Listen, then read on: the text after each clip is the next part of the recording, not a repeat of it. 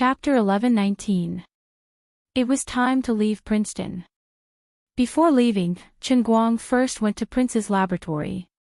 Under the gaze of Bravo and Wurtzman, Chen Guang walked straight into the experimental area that was temporarily allocated to Zhuo Jingxi. Practically all of the most advanced and core equipment in the Prince Laboratory's photocatalysis field was gathered in this region. It was so much so that the Prince Laboratory even took the initiative to purchase equipment and raw materials worth $50 million to meet Chen Guang's requirements.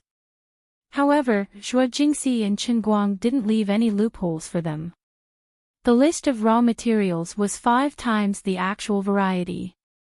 This was to confuse the public and prevent technical leaks. In addition, all of the equipment for weighing and sampling were purchased by Zhuo Jingxi.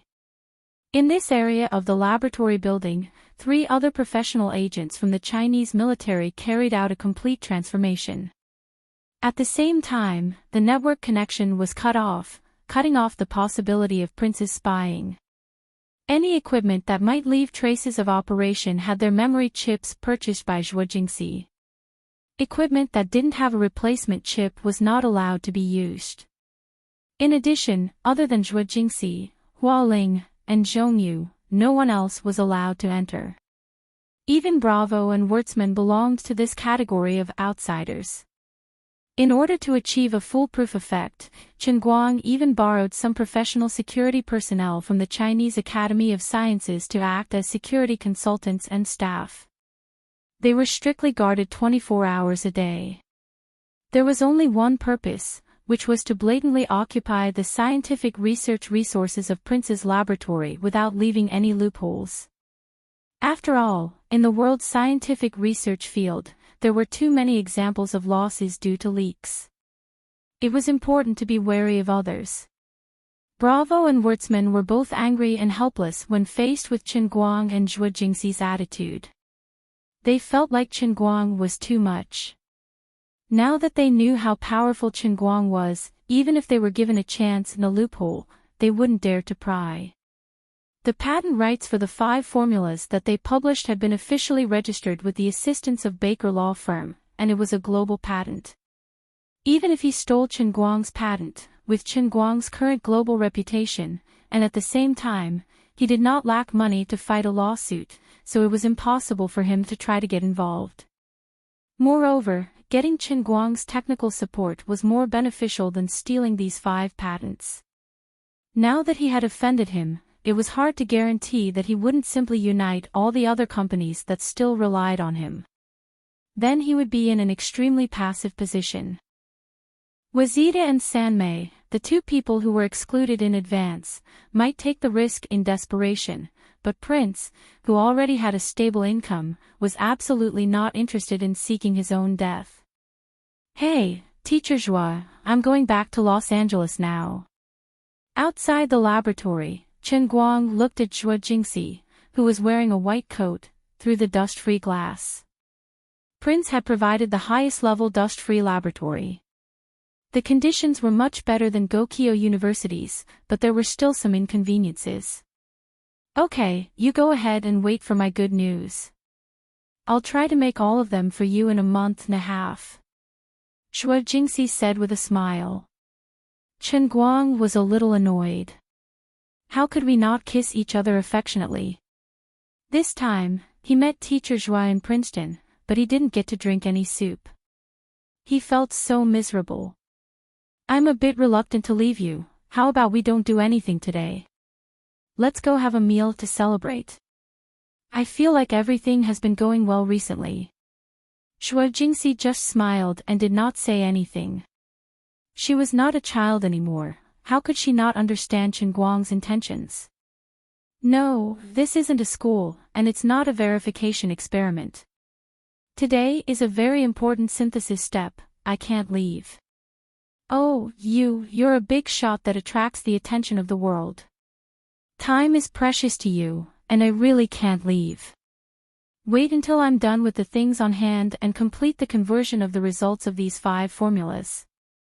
Your Tongshan factory will be safe, and your laboratory will be built. When that time comes, you can do whatever you want, okay?" Shuo Jingxi was soft-hearted. She looked at Chen Guang's eager face and teased him through the glass. Chen Guang sighed in his heart. Time is precious, but isn't a night worth 1,000 gold? Also, how can things be done in this world? There will be a lot of other things to do. He had to achieve his dreams and pursue his career, but he also had to improve his quality of life, right? Oh yeah, have you thought about the name of your laboratory? Shuo Jingxi asked again. Chen Guang was too lazy to think about it. I don't have time to care about this, I'll decide when the time comes. Teacher Zhuo, come quickly, ignore Chen Guang. On the other side, Huo Ling started to urge him again for some reason. Shuo Jingxi quickly said goodbye to Chen Guang, go do what you need to do, I'll go first. Don't worry about me, we arrange for people to stay in the laboratory every day, it's safe. Chen Guang nodded helplessly, said goodbye to Auntie Mei, who was sitting next to him drinking tea and reading, and left with a bitter smile. Chen Guang boarded the plane alone at 9 o'clock. 9 hours later, around 7 o'clock in the evening, he successfully arrived at LAX. Feng Tianyu did not follow him back. Instead, he was left in Princeton to deal with the aftermath of Luo and Zhu. Chen Guang also asked him to assist Shuo Jingxi. The handprint wall ceremony was delayed by a day, to tomorrow evening. This way, they would have more time to prepare for the ceremony. Donald planned to let Chen Guang leave his name on the first handprint wall, along with Chaplin, Hitchcock, Akira Kurosawa, and other masters who would go down in history. Moreover, Donald even wanted to write such a note under Chen Guang's handprint. The founder of the World School of Performing Arts, the youngest master in the history of film, the great artist who brought the performing arts into a new era. In addition, the members of the Film Association, including President Fred, Malfoy, Old James, and others, had flown back to Los Angeles earlier than Chen Guang. They were preparing for the World Film Hall of Fame ceremony the day after tomorrow. At the same time, they had to send out public invitations to invite senior and ordinary members of the Film Association to give a public lecture by Chen Guang in the Film Association's conference hall, which could accommodate 2,000 people. The specific content and video of the lecture would be promoted to all parts of the world in the form of teaching materials under the promotion of the Film Association. If it had been someone else, Fred and the others might have asked them to make sufficient preparations for such a lecture. At the very least, they would have to come up with a complete lesson plan and pass the Film Association's review and approval. However, as for Chen Guang, since everyone had not been very happy with each other previously, and Fred and the others did not even know how to nitpick Chen Guang's theoretical system, they simply cut out the minor details. In short, anything that Chen Guang said about the World School of Performing Arts would definitely be the golden rule. They even seized the time to preview the 2 books of World School of Performing Arts on the plane. However, there was a very awkward situation. Other than the 29 members of the World School of Performing Arts, the others could not buy it on the streets that night. However, Chen Guang did not agree to release a digital version, so the big shots of the Film Association could not buy a copy of the film monograph. It was the biggest joke in the world. In the end, Fred and the others went through a lot of trouble and finally managed to get more than 20 sets before they boarded the plane. However, it was still far from enough for everyone to have a copy. As a result, when they boarded the plane, they had no choice but to squeeze together and read the same book at the same time. This situation only changed after they got off the plane in Los Angeles that afternoon. Perhaps it was through extortion, or perhaps it was through persuasion, but in short, the big shots managed to get their hands on a set. In addition, before Chen Guang got off the plane, they continued to show their prowess. Under Donald's lead, they directly charged into the spare viewing hall of the Huaxia Theater in Hollywood and booked it, or they used the privileges of the association to take the digital source to the small screening hall in Fred's house, or they secretly went to someone's house to watch. Chen Guang returned to the Flemington Hotel and asked Lu Xiaoyang to report to him. Boss, our total box office in Huaxia has officially exceeded 1 billion yuan, and the North American box office has reached $430 million. Currently, the full distribution contracts for the rest of the Asia-Pacific countries, Europe, Oceania, South America, and Africa have just been signed. The day after tomorrow at the latest, it will be released worldwide. Chen Guang nodded calmly and satisfactorily. That's good. But Face was stunned by Chen Guang's calmness. No wonder he was the boss. He could remain calm even if Mount Tai collapsed in front of him. If it was someone else who heard such a box office performance, wouldn't they jump 3 feet high? According to the estimates of accounting firms such as PricewaterhouseCoopers and a market research company under Forbes, the global box office of Women is very likely to exceed $2 billion. Chen Guang was still very calm. Who has the highest box office in history? How much is it? It's James Cameron's Avanti, no, Avatar, 2. $73 billion. The second place is still Cameron's Titanic, 2. $185 billion. Chen Guang sighed. It's very difficult to be the first in history. Lu Xiaoyang felt lucky that he had been with the boss for some time. If it were someone else, it would be very difficult to resist the urge to beat him up. Boss, in the past, it was very possible for a movie to be released for a year. Times are different now. Even the best movie will not be released for more than 3 months. $2 billion is already very impressive. Chen Guang shrugged. Fine. How much can we get? The average domestic box office is 40% to 60%, and we can get 5% of the North American box office. After pulling in all of them, deducting the distribution costs and the share we give to Chinda Pictures, our company's final profit should be around $700 million. Chen Guang's lips curled up slightly, and then he suddenly stopped smiling. I can't smile. I can't smile. $700 million. I can only get tens of thousands of RMB a month from a female student in a film school. With so much money, if I were to do bad things, how much can I get? Harem of 3,000 beauties. Oh no, I can't control my arm anymore. Damn, maybe I've been holding it in for too long. My mind has been a little open recently. That's good. What else is going on? Tell me all at once. In North America, the General Edition and Deluxe Edition of World School Performing Arts have been sold out. Now we want to print 5 million more General Editions and 1 million Deluxe Editions, but... Chapter 1120. But why? Boss, you know that the manufacturing costs in North America are very high, and we are in a hurry. Many printing factories have taken the opportunity to demand exorbitant prices. Although our company is not short of money now, we all know how you do things. Chen Guang nodded and snapped his fingers. That's right, butt face. You know me well. No matter how much money we have, we can't be fooled. Lu Xiaoyang sighed again. But the market reaction is too strong. Bookstores all over the United States are crazily sending orders. You know, although the copyright awareness in North America is not bad and it is almost impossible for paper copies to be pirated. But as time goes by and the demand is too strong, we can't guarantee that the scanned electronic files won't spread on the internet, which is likely to affect our profits.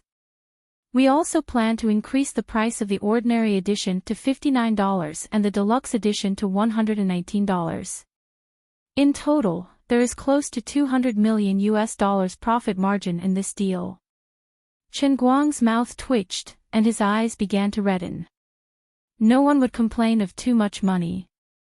He also realized something else. Although after last night's battle, he was one step closer to the statue of Best Actor, and there was a faint feeling of budding in his heart. The statue still hadn't appeared. Of course, the sooner the battle was over, the better. It was indeed necessary to solve the problem of the shortage of the world faction as soon as possible. He tried to look calm, but it was very difficult. Then we should increase the print run. But the price of the printers is really high. Chen Guang also sighed. The old man had been in the business for many years and had never suffered losses in silence. Could it be that he had no choice but to admit defeat under the corruption of capitalism? Forget it. How much do they want? Lu Xiaoyang said with a bitter face, we contacted several companies. The average price of the ordinary edition is about $48, and the deluxe edition is about $80, which is twice their actual cost. Chen Guang pounded the table. This is unacceptable. Lu Xiaoyang also felt that this was unacceptable, but he couldn't think of a good solution. Just as he was thinking about this, his cell phone rang. He picked it up and saw that it was Yu Hong calling from China. It was past 9:00 in the evening there. He didn't know what Yu Hong was so urgent about. It's old Yu's call. Boss, I'll take it first. It's midnight in China. Lu Xiaoyang explained to Chen Guang and answered the call. What's up, old Yu? To make a long story short, I'm currently discussing something with my boss. On the phone, Yu Hong seemed to want to say something, but in the end, he still opened his mouth and said, there's a little situation in the country. Xiao Lu, don't be in a hurry to tell the boss. Chen Guang's ears were sharp, and he could hear everything clearly. With the old man's ears, did he even need to turn on the speaker? Yu Hong's sneaky, don't tell the boss, was as loud as thunder. They had rebelled. The team was too big, and the people's hearts were scattered. It was not easy to lead the team. Even an honest person like old Yu wanted to hide something from him. This was intolerable. Chen Guang snatched the phone from Lu Xiaoyang. Old Yu, what's up? Why can't you tell me? Ah. Boss, did you hear that? Yu Hong was embarrassed. Chen Guang snorted. Of course. My ears are sharp. But old Yu, don't worry. I won't blame you. We're working together, and I have 100% trust in all of you. If there's anything wrong with your work, we can talk about it. I'm easy to talk to. You should know me. Yu Hong hesitated for a while. That, boss, I'll tell you. Go ahead. Don't worry and speak boldly. Chen Guang looked as if he was a magnanimous person who wouldn't hold a grudge against a lowly person. After that, he turned on the hands-free mode and gave a hand gesture to Lu Xiaoyang before making a reassuring expression. His body language and expression were basically saying, we've been working together for a long time. As long as it's not an unforgivable mistake in principle, I won't argue with you. Actually, this is not our problem. Alright, we also have some problems. But it's more of your problem, boss. Yu Hong spouted a whole bunch of strange words. Chen Guang felt that there was a hidden meaning in Yu Hong's words. Can you stop with the tongue twister? Old Yu, why are you getting more and more dishonest? Chen Guang pretended to be angry. Yu Hong finally said helplessly. There's a problem with the publishing and distribution of World School Performing Arts. Chen Guang was unhappy. What's wrong? We are robbing people in North America and asking for a high price. Are the printing factories in China doing the same? Yu Hong, no. This is not the case. It's another situation. Boss, the 10 million sets that you specifically mentioned before have all been printed, but the sales after the launch are a little awkward. How is that possible? Chen Guang was confused. He thought to himself that it was impossible. He was doing well in the foreigner's territory, and he was even out of stock. Why did his own people not buy it? What kind of world is this? Why are those evil trolls targeting me? Is there a limit to your worship of foreigners? As a fellow Chinese, I have succeeded. Why can't you see me doing well? The old man's plan to win the Best Actor award was based in China. How could this be? People's hearts are not what they used to be. It's sad and lamentable. Mr. Lu Sun once said, "Forget it. I won't quote the classics. Anyway, I've been tricked by my own people this time." Chen Guang was heartbroken. What is this?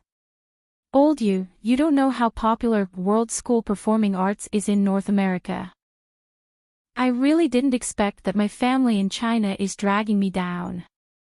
Boss, it's not easy to sell the full English version in China. After all, it's difficult for ordinary readers to read it. Chen Guang's expression suddenly froze. Then he grabbed the phone and turned to look at Lu Xiaoyang. But face, is the full English version printed in China? Lu Xiaoyang nodded with a bitter face. That's right. Boss, you only wrote the English version. We were in a hurry to print it. You didn't even have time to translate it. We didn't have enough time to find someone else to translate it. We wanted to print a few copies first to test the waters, but you insisted that we print 10 million copies. The cost of printing in China is lower, but the total cost of 10 million copies is more than 200 million renminbi. Yu Hong was also saying something similar on the phone, but it was more practical. Well, boss, these printing houses only took part of the deposit from us because of the reputation of the Tianguang Group and the impressive box office of Women. But now all the books have been printed, and they are all piled up in the warehouse of our cooperative publishing house. The problem now is that on one hand, the publishing house wants us to take all the books away as soon as possible. On the other hand, the printing house also needs to pay the balance as soon as possible. But the booksellers all over the country are asking us to return the books. Many of our previous orders have been cancelled. The full English version is really not selling. Sigh. Chen Guang knew that things were not going well. This was King embarrassing. After all this time, it was not that his family had abandoned him. It was just that he had been hot-headed and arrogant. He did not pay enough attention to the details and forgot the most important thing. He took it for granted that he had created the magnificent feat of selling 10 million full English versions of academic monographs in China. As for why Yu Hong and Lu Xiaoyang did not dissuade him back then, Chen Guang could understand. When he decided to come to the United States to cause trouble, Chen Guang brainwashed others in all kinds of ways. He boasted about himself to be unparalleled in the world. That was not all. He was extremely tough and would do what he said. He did not accept any objections at all. In ancient times, he was even more stubborn than Xiang Yu the Conqueror. Furthermore, the four great warriors had brainwashed him and had inexplicably strong confidence in him. So, even if they felt that it was nonsense, they still believed in Chen Guang's nonsense. They thought that even if it was an English version, it might really be able to sell in China. So far, the boss had never made a wrong decision. Because of this, the 10 million copies of the performing arts monograph were published in China in the shortest time possible. It was released on a large scale in the market. Unfortunately, it turned out that selling combs to bald men, tampons to men, and Quan Zhilong's autographed posters to Wu Jing was not reliable at all. A few days had passed, and the total sales had not even exceeded 10,000 copies. It was impossible to sell them. So, the boss was not always right. It was normal to fall into a ditch once in a while. Just now, Yu Hong didn't mean to hide it from Chen Guang. Although the senior managers of the companies were partly responsible, Chen Guang was the one who made the biggest mistake. Yu Hong was worried about Chen Guang's reputation. He had planned to find another way to tell Chen Guang the bad news in a more artistic way. But now that his ears were so good that he could hear it from the side, there was nothing he could do. Seeing that Chen Guang was silent, Yu Hong thought he was blaming himself. So he comforted him, "Alas, boss, we are responsible for this. We didn't fulfill our duties and caused a great loss to the company." Seeing Chen Guang's serious face, but face also took the blame. "Boss, don't worry. We will find a way to overcome this difficulty together." Chen Guang forced himself to stay calm and waved his hand. "This is not a difficulty at all. It's just 200 million yuan. Our movie makes so much money. It's just a drop in the bucket. Boss, it's 260 million yuan. On the phone, Yu Hong interrupted at an inopportune time. Chen Guang's hands trembled slightly. He was so sad that he couldn't put it into words. Looks like this old man's illustrious reputation is going to be ruined in a day. What a scam. If it was another boss, he would have thrown the blame on the table immediately. Why didn't you remind me earlier? However, Chen Guang was not used to shirking his responsibility. Before he came to the United States, he had been furious because his colleagues always undermined him. When he decided to print 10 million sets, Fang Tianyu and Lu Xiaoyang also questioned him. He was so obsessed with the pleasure of acting tough that he lost his mind. He didn't give them any room to object. However, it was useless to regret now. His loss was even more painful than buying the Tongshan industrial plant for 170 million yuan. This was the disadvantage of getting richer and richer. When he was poor, he made a stupid mistake and was cheated online. The loss was only about 1,000 yuan. Now he was so rich that his loss was as high as 260 million yuan because of his carelessness. Although he was making money on the movie side, it was sad to lose money on the other side. He forced himself to stay awake. Ha ha ha, this is a small matter. Don't worry about the details. I let go of the microphone and yawned, but my mind was spinning rapidly as I tried to think of a way to escape. Faced with this situation, how should I turn the tide? He could admit that he lost money, but he couldn't admit that he lost money. This would stain his glorious image in the eyes of his employees. He must think of a way to turn the tide as soon as possible. Suddenly, his mind seemed to be enlightened. Ding dong. I got it. The Chen Guang and Lu Xiaoyang's eyes suddenly stopped frowning. Not only that, the corners of his eyes began to bend slightly, and his mouth began to smile. What kind of smile is this? Chen Guang's expression reminded Lu Xiaoyang of the Romance of the Three Kingdoms that he had read many years ago. In the story, Zhuge Liang, who was thousands of miles away, won the battle. The Prime Minister didn't even hide the truth from his own people when he tricked them with his amazing plan.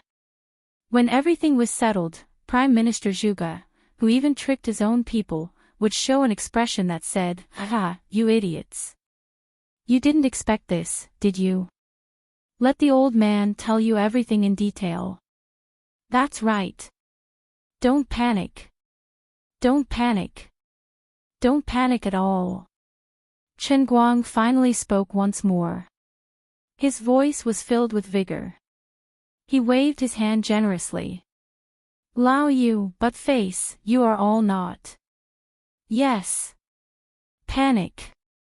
Everything is under control. To tell you the truth, this old man, oh no, this is my preparation for a rainy day. This is exactly what I want." Ha ha, you were shocked just now, right? Did I do a good job? Lu Xiaoyang and Yu Hong, who was on the other side of the phone, were at a loss. They didn't understand what Chen Guang, their boss, was going to do this time. Chen Guang wiped the sweat off his forehead. He felt that it was even more tiring than acting as Romeo to trick Buttface into the role. As expected, art comes from life, and life is better than art.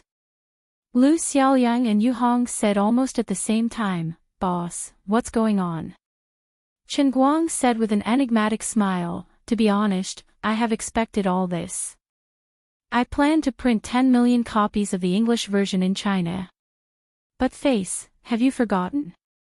We have run out of stock in North America. We haven't even started to publish it in Europe. Now the printing houses in North America are taking advantage of us, right? I have planned to transport 10 million copies from China to North America and sell them in North America." When Chen Guang spoke, his face was brimming with confidence and pride. He was waiting for Lu Xiaoyang to change his expression to that of worship. Lu Xiaoyang clasped his hands together and said, "Boss, you can predict the future. Boss, you can win 1,000 miles away." Unexpectedly, Lu Xiaoyang scratched his head. "Well, 10,000 tons of books can only be shipped by sea. We can charter a fast ship, which can reach Los Angeles in about 3 weeks. But there is a problem."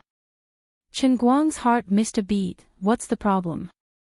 "Although it is a full English edition, it is still a domestic publication. It is fine if only 1 or 2 copies are shipped over in small quantities, but there are 10 million copies. The North American Publishing Office will not approve it, and the U.S. Department of Commerce will not approve it either. We are suspected of dumping." Yu Hong was also saying the same thing on the phone. Chen Guang was cursing in his heart, but he couldn't show it. He was still very calm. "Comrade Lu, I have a way to solve your problem.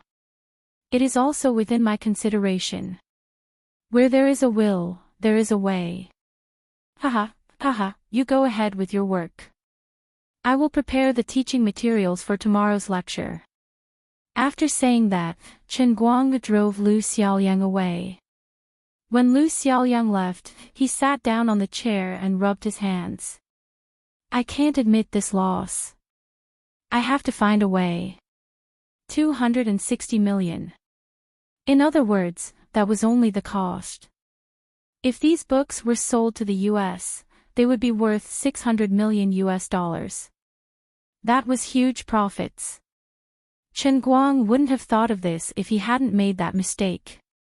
But now, he had to use his brain. Chapter 11:21. Half an hour later, Lu Xiaoyang and Fang Tianyu came up with a temporary solution. First, they will promote overseas purchasing in the US. They will tell the rest of the world, especially the English-speaking audiences, that there are tens of millions of English versions of World Faction on sale in China. It's not only the Chinese who buy overseas products. Foreigners can also buy Chinese products. If you are in a hurry and want to see the secrets of a World Faction, don't hesitate to pick up your phone and call the purchasing hotline. Shun Feng oversees direct plane delivery to your home. Other than that, you can also log into Amazon. There are many global merchants waiting for you there. This is knowledge, and the earlier you buy it, the earlier you can stand out from the crowd. What? Someone thinks the $10 postage is too expensive. This must be because your pursuit of acting is not strong enough, and you are not loyal enough to the world's best actor. Lu Xiaoyang reported this idea to Chen Guang, and Chen Guang did not comment on it. He will sell as much as he can first. The cost of shipping by air was indeed too high, and the company couldn't afford it. If the cost was shared among all the consumers, and the consumers had to bear it themselves, it was indeed a good solution. However, the quantity should not be too large. Selling hundreds of thousands of sets from overseas was probably the limit. Fine. Let's do it this way. I have no objections, but this is not my main idea. You all go ahead. After hanging up the call with Lu Xiaoyang, Chen Guang secretly called Tang Xiaokai about this matter. Tang Xiaokai's reply is the same. It is not difficult to ship the goods over. The difficult part is how to legally sell the goods in North America. Liu Shaokai can help by using his connections with the U.S. Department of Commerce. But the results are not guaranteed. Their international friends were very strange. When they found you pleasing to the eye, or when you were selling rare resources, such as rare earth minerals, they would never talk about anti-dumping with you. No matter how many you bring, they will buy the same amount without any hesitation. But if it is a finished product or a cultural publication, they will have thousands of rules to explain to you. It is hard to deal with. No matter who it was, they didn't care about connections, they only cared about money. 10 million sets of Huaxia's publications were shipped to the US, which meant that the US publishing and printing market would be hit hard. It meant that the US's GDP of hundreds of millions of US dollars would disappear out of thin air. The United States also has workers, and American workers also have to eat and drink. With so much GDP evaporated, the businesses here would lose a lot of revenue. Their publishing and printing industries would be affected, and many people would lose a lot of income. This was a very long-term effect. No matter which country in the world, the management of cultural publications, such as audiovisual products and books, was very strict. There were many reasons for this, but it could be summed up in one word: there's no way. After hanging up the call with Tang Shaokai, Chen Guang began to rack his brains for a solution. He waited until the afternoon, but still couldn't come up with any effective methods to deal with this matter. On the other side, although he looked confident and everything was under control, the four Vajras of the Tianguang group did not stop showing their prowess. After thinking about it, there was really only one other way besides smuggling. This method sounded simple, but it could be summed up in 5 words: the boss has the final say. At noon, Chen Guang dyed his hair back to black. After a long struggle, he didn't really care. However, he had received a call from his mother, who asked him about yesterday's Romeo and Juliet. His mother, Feng Rong, was very satisfied with his performance. Just before hanging up the phone, she threw him this sentence. "Oh, that hair of yours is a wig, right? I'm so nervous. Let me tell you, the youngest son of Auntie Lu next door dyed his hair a few days ago. His feces were yellow, and he looked neither like a man nor a woman. He was beaten up by his father, screaming like a pig being slaughtered. It was really miserable." "Ah, ha ha ha, wig, of course it's a wig. How could I possibly dye my hair? Even if I shaved my head, I can't dye my hair." Chen Guang pinched his head of golden hair, which was the same as little Li's, and lied with his eyes wide open. This was clearly a naked threat from Mom. After hanging up the phone, he went straight to the hairdressing salon not far from the Flemington Hotel. Under normal circumstances, in the North American service industry, there was no one to serve you during lunch breaks. However, Chen Guang had a big face. The television in the hairdressing salon was broadcasting a replay of the UBC television station. Moreover, Chen Guang was waving a shiny HSD in his hand, so he decided to work overtime without any explanation. More than 2 hours before the handover ceremony, Chen Guang dressed up and arrived early at the Huaxia Theater in Hollywood. He met up with Donald Joshtan and James Watson Sr., who were hosting the ceremony.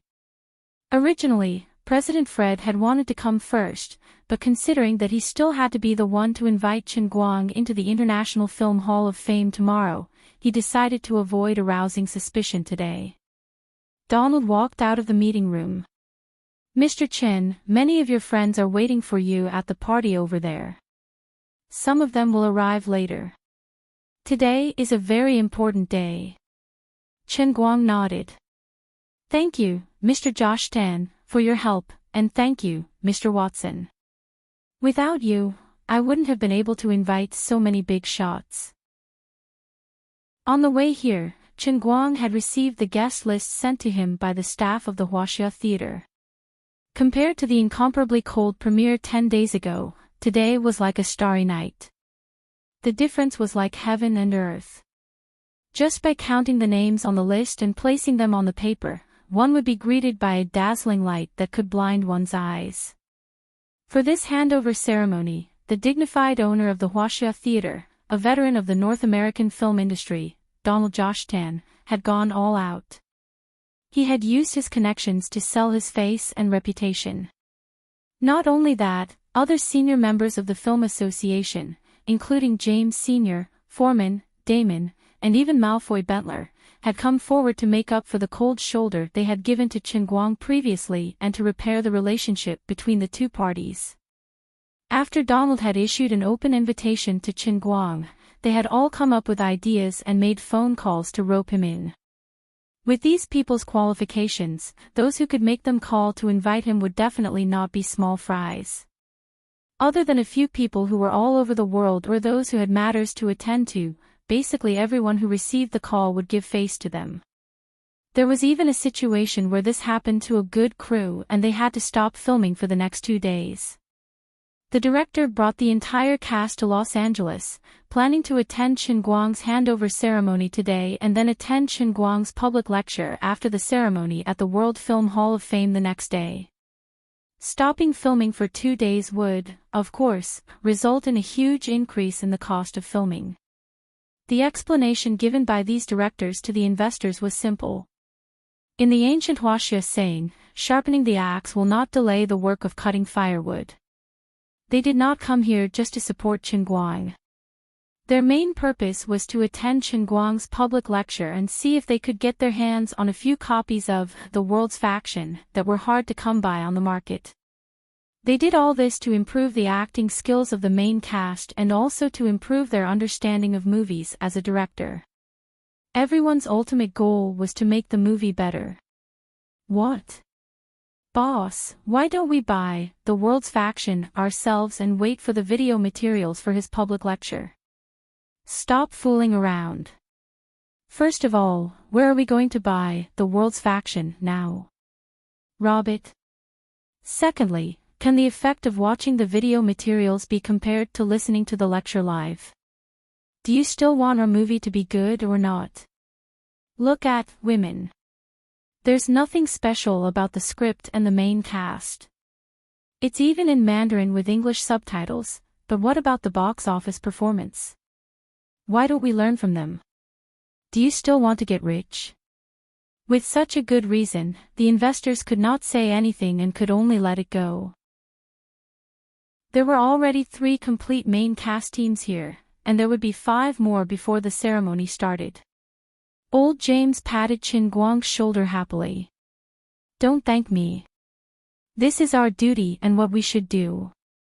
Let's go and say hello to everyone. Surrounded by the 2 of them, Chen Guang went straight to the large banquet hall in the Huaxia Theater. Looking around, there was indeed a gathering of celebrities. There were familiar names everywhere, huddled together and whispering to each other. There were people from the entertainment industry, celebrities from the business world, and even some big shots in the political world. Seeing that Chen Guang had arrived, these people turned their heads and waved at Chen Guang enthusiastically. Basically, the National Film Association represented the mainstream attitude of the European and American mainstream towards Chen Guang. Chen Guang had gained the recognition of these people, which was equivalent to breaking into the mainstream values of North America in one fell swoop. Chen Guang had not officially won the Oscar, and the Best Actor award had not been settled yet.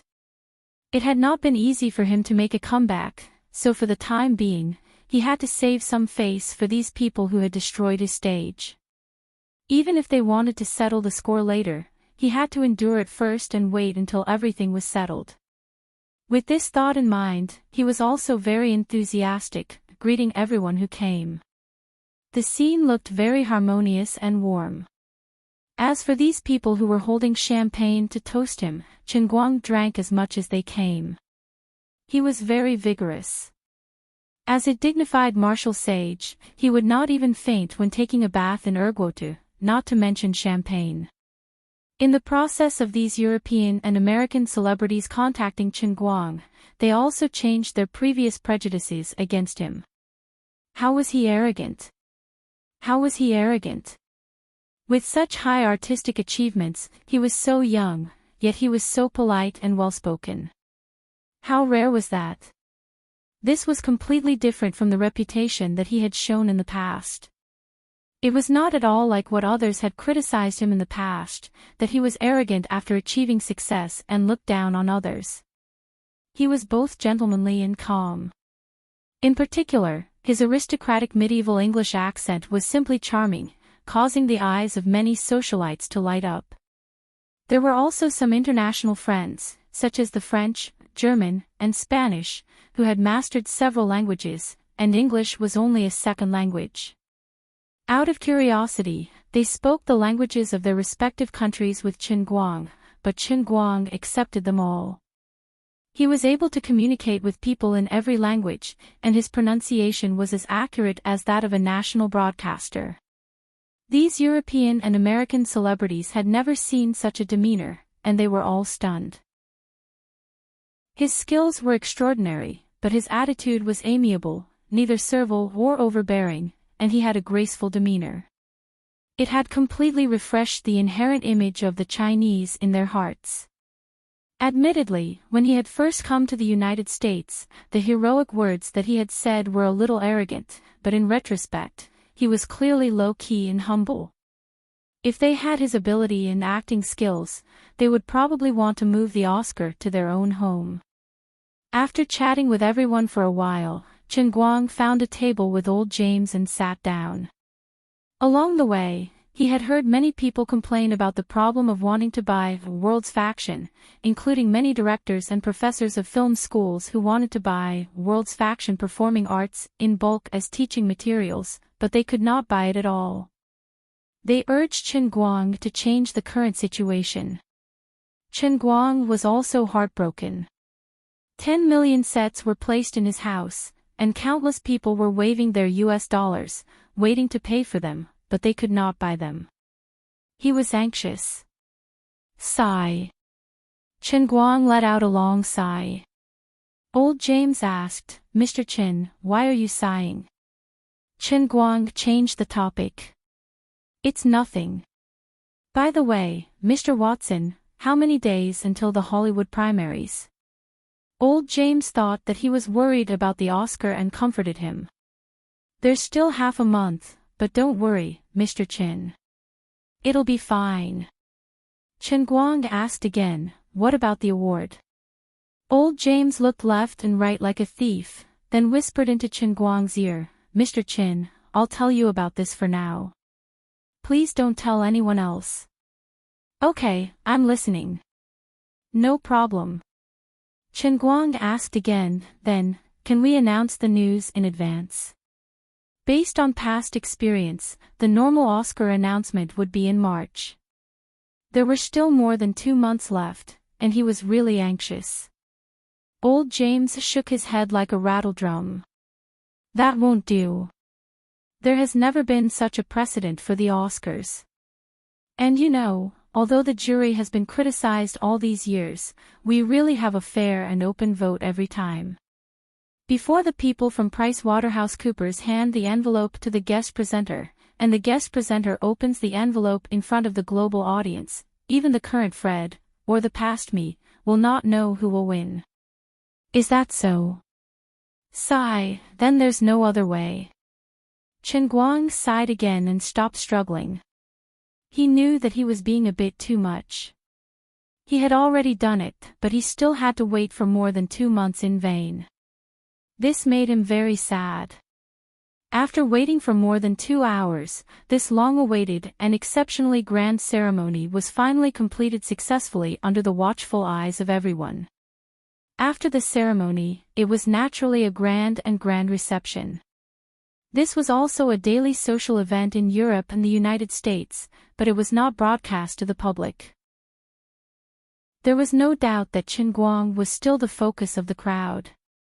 Today was a festival that belonged to him. Qin Guang socialized with people with a heavy heart, but not many people could see that he was full of sadness.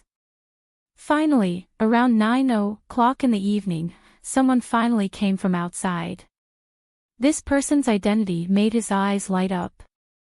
Dwayne Brown, the director of the National Bureau of Publishing, came side by side with President Fred of the Motion Picture Association. Fred had just finished his work at the association and happened to have an appointment with Dwayne, his elementary school classmate, who had come to Los Angeles for business. In China, the director of the National Bureau of Publishing was roughly equivalent to the level of a deputy minister in China. He was on the same level as Chen Guang before he resigned. After Director Brown arrived, many people greeted him. After some simple greetings, he stood in front of Chen Guang, led by President Fred. Chapter 11:22. Mr. Chen, let me introduce you. This is my elementary school classmate, Dwayne Brown, the director of the United States Publishing Administration. Dwayne, do you need me to introduce you to Mr. Chen? Director Brown pinched his chin and looked at Chen Guang with a smile. He extended his hand enthusiastically. Mr. Chen, nice to meet you. Chen Guang was overjoyed and squeezed Director Brown's hand. What the F***CK, what is this? A heavenly soldier descending from the heavens? Could it be that my hidden skill is the legendary lucky star, and I get what I lack? Sure enough, I have the protagonist's halo. It's my destiny. The more he thought about it, the more satisfied he was, and the harder he squeezed Director Brown's hand. Director Brown's hand was squeezed tightly, and he swayed it back and forth. However, Chen Guang only shook hands with him and did not speak. Director Brown looked up and found that Chen Guang's eyes were as bright as the stars in the night sky. He obviously wanted to eat him. What was going on? He had never heard of this great artist from Huaxia, Mr. Chen, who was a great scholar, having such tendencies. Mr. Chen. Director Brown reminded him with a red face and tried to pull his hand out. However, with Chen Guang's strength, it was impossible for Dwayne Brown to break free. Chen Guang reacted first. Haha, Mr. Brown, I'm sorry, I forgot myself. I'm very happy to meet you. No, I'm very, very happy. About half an hour later, Dwayne Brown finally understood why Chen Guang had lost his composure. Chen Guang was more than 10 times more enthusiastic toward him than anyone else. He chased after him the whole time, chatting with him whenever he had the chance. Finally, his fox's tail was exposed. One who is unaccountably solicitous is hiding evil intentions. Director Brown also understood this principle from Huaxia, so he simply asked directly. Chen Guang knew that it was difficult to do such a big thing under the table with the way things were done in Europe and the United States. It was impossible for 10 million sets of publications to flow into America without causing a commotion, and it was impossible that it had nothing to do with the director of the United States Publishing Administration. It was unrealistic to expect Director Brown, whom he had just met, to take some money and secretly stir up trouble. China was fighting corruption, and so was Europe and the US. Brown would not take the risk of being imprisoned and offend those publishing and printing companies who were trying to take advantage of him. These companies were backed by large media groups. Touching their money was equivalent to touching their lives. In the democratic land, the influence of business owners and large financial groups on the political world was even stronger than in Huaxia. So, Chen Guang simply said it in front of everyone. First, he talked about how shameless those unscrupulous printing companies were. Then, he asked Director Brown if he could sell books from China here. Brown shook his head vigorously. That's impossible. Mr. Chen, I will never agree to your request. Heaven knows how serious the protests will be. It will be fiercely boycotted by the Amalgamated Publishing Union. Not to mention me, even the president doesn't have such a right. Chen Guang looked at this guy and thought to himself. He really wanted to force him into a PY deal. Aren't you talking nonsense? Of course, I know that. I'm asking you to see if there are any loopholes in the system that I can exploit. President Fred, who was next to him, interrupted, "Dwayne, is there no other way? I think Mr. Chen's idea is very good. You don't know this, but more than 2/3 of the people in the Film Association have not been able to buy a copy of World's Pie, let alone ordinary people. Those publishing and printing companies are violating the law of the market and maliciously raising prices. They are hindering the progress of civilization." On the other side, the dean of the Southern California Academy of Motion Picture Arts nodded. President Fred is right. If it weren't for the fact that we don't want to profane knowledge, the students in our school would want to infringe and make copies themselves. This matter has made us very miserable. As far as I know, it's not just me.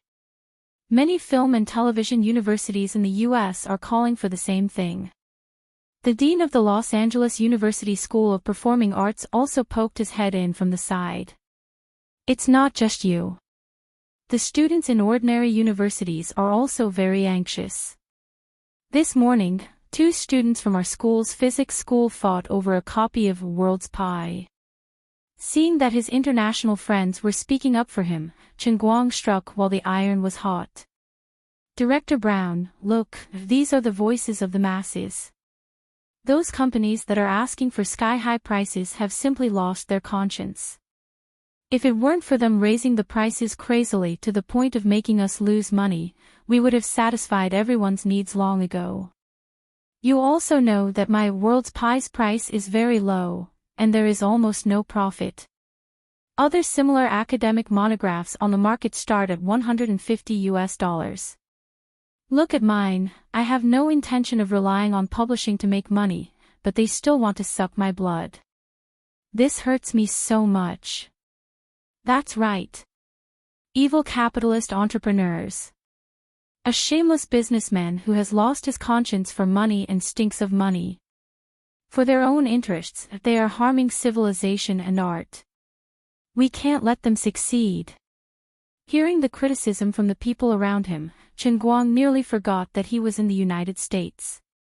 Those that weren't in the know might even think that he was in the Paris Commune from decades ago.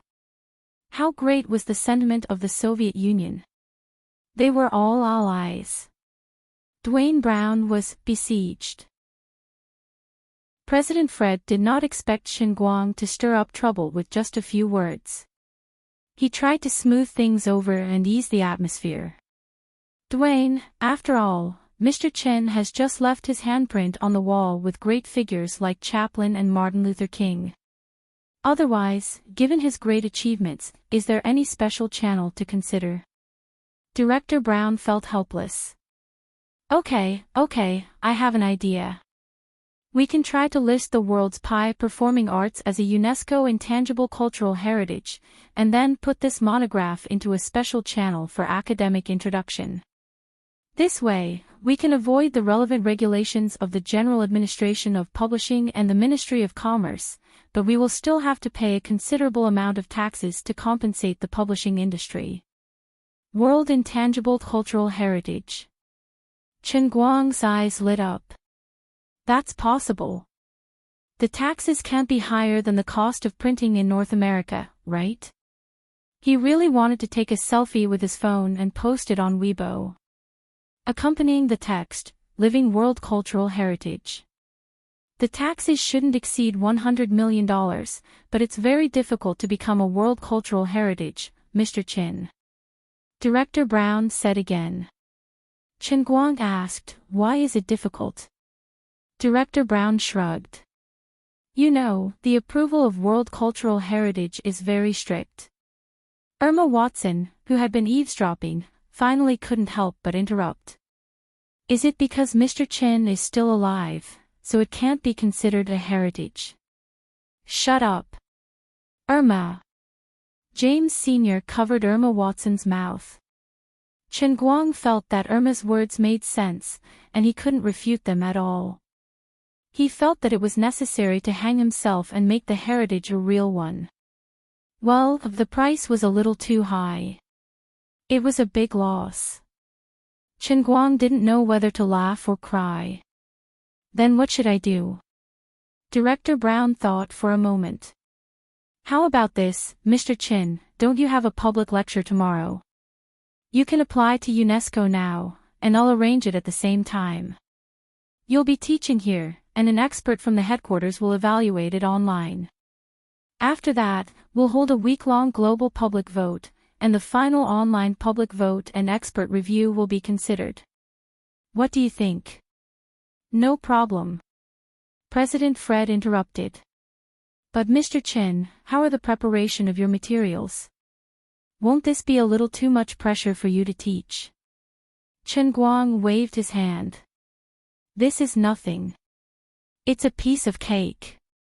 After discussing with everyone, they disbanded at around 10 p.m. Before leaving, Chen Guang counted on his fingers. The whole process that Director Brown said would take about 8 or 9 days. But this wasn't important. He could start in China tonight. Regardless of the consequences, whether it would succeed or not, he had to start pulling people in. As long as Dwayne Brown made an opening, it meant that things could be done. It was better than the previous situation where he had no idea where to start. According to this man's words, it seemed that the United UNESCO was something that the US government could deeply interfere with. Forget it. This was a little complicated. Now that the old man was out of the picture, there was no need to care about these details. Back at the Flemington Hotel, Chen Guang first asked Lu Xiaoliang to inform Yu Hong not to ask or say anything. Find a ship now, the kind that could pull 10,000 tons and was extremely fast. It would be best if it could ride the wind and waves with sparks and lightning along the way, and sail at a speed of 70 knots. Well, this wasn't very realistic. China's warships could reach this speed, but the US would not agree. The old men had their own opinions. Finally, Yu Hong set his sights on a luxury cruise ship that had just completed repairs at the port of embarkation and happened to be vacant. It could reach a speed of more than 30 knots. The cost of making such a cruise ship go straight from China's port of embarkation to Los Angeles was as high as millions of dollars, but it was not a problem. It wasn't until the ship was ready that Chen Guang could set off the day after tomorrow at the latest that he felt at ease. He immediately went online and was very satisfied with the almost one-sided public opinion on the internet and TV. After these days of crazy tossing and turning, there was the amazing performance in Brosnan's Cafe, the perfect interpretation of Romeo and Juliet, followed by the 1900 Wave March, followed by the Wall of Signatures, which was the first wall where almost no more candidates were added. Coupled with the continuous rise of women and the increasing reputation of Chen Guang's reputation was rapidly rising, both domestically and internationally. The international clamor to directly award the Best Actor Oscar to Chen Guang was also getting louder and louder. It had only taken him half a month to completely crush The Sunshine Man and July in Florence, which had taken nearly half a year to warm up and invest so much time and energy in the promotion, not to mention the other competitors in the same period. Faced with the social media comments praising him one after another, Chen Guang was so addicted to the likes that he couldn't extricate himself. This was a movie lover with attitude. What kind of situation is this? President Fred and old James are really not in the mood. Why the hell are they voting? If you're a man, you should just give me the Best Actor Oscar. Oh, look at this. He glanced at William Jones's speech that the system had automatically recommended to him. After seeing Chen Guang's Romeo and Juliet live, I couldn't help but become his fanatic fan. I admit that I have been disrespectful to him in the past, and I feel uneasy about it. But I can't deny that I have worked hard for many years to be recognized by the Oscars. This is a dream that I have established since I was 5 years old. This time, after filming The Sunshine Man, I almost thought that I had half a hand on the Oscars' legs. But now I've changed my mind. I even want to withdraw from the competition right now, even if the nominations have not yet begun. This year's Oscar can only belong to the Chinese, Chen Guang. the greatest international performing artist. Not long after, another competitor, Ben Affleck, also straightforwardly reposted William Jones's tweet. Chen Guang was instantly speechless. Back then, these two guys had poured dog blood on his face. If it weren't for the fact that they definitely couldn't beat him, they would have probably fought back then.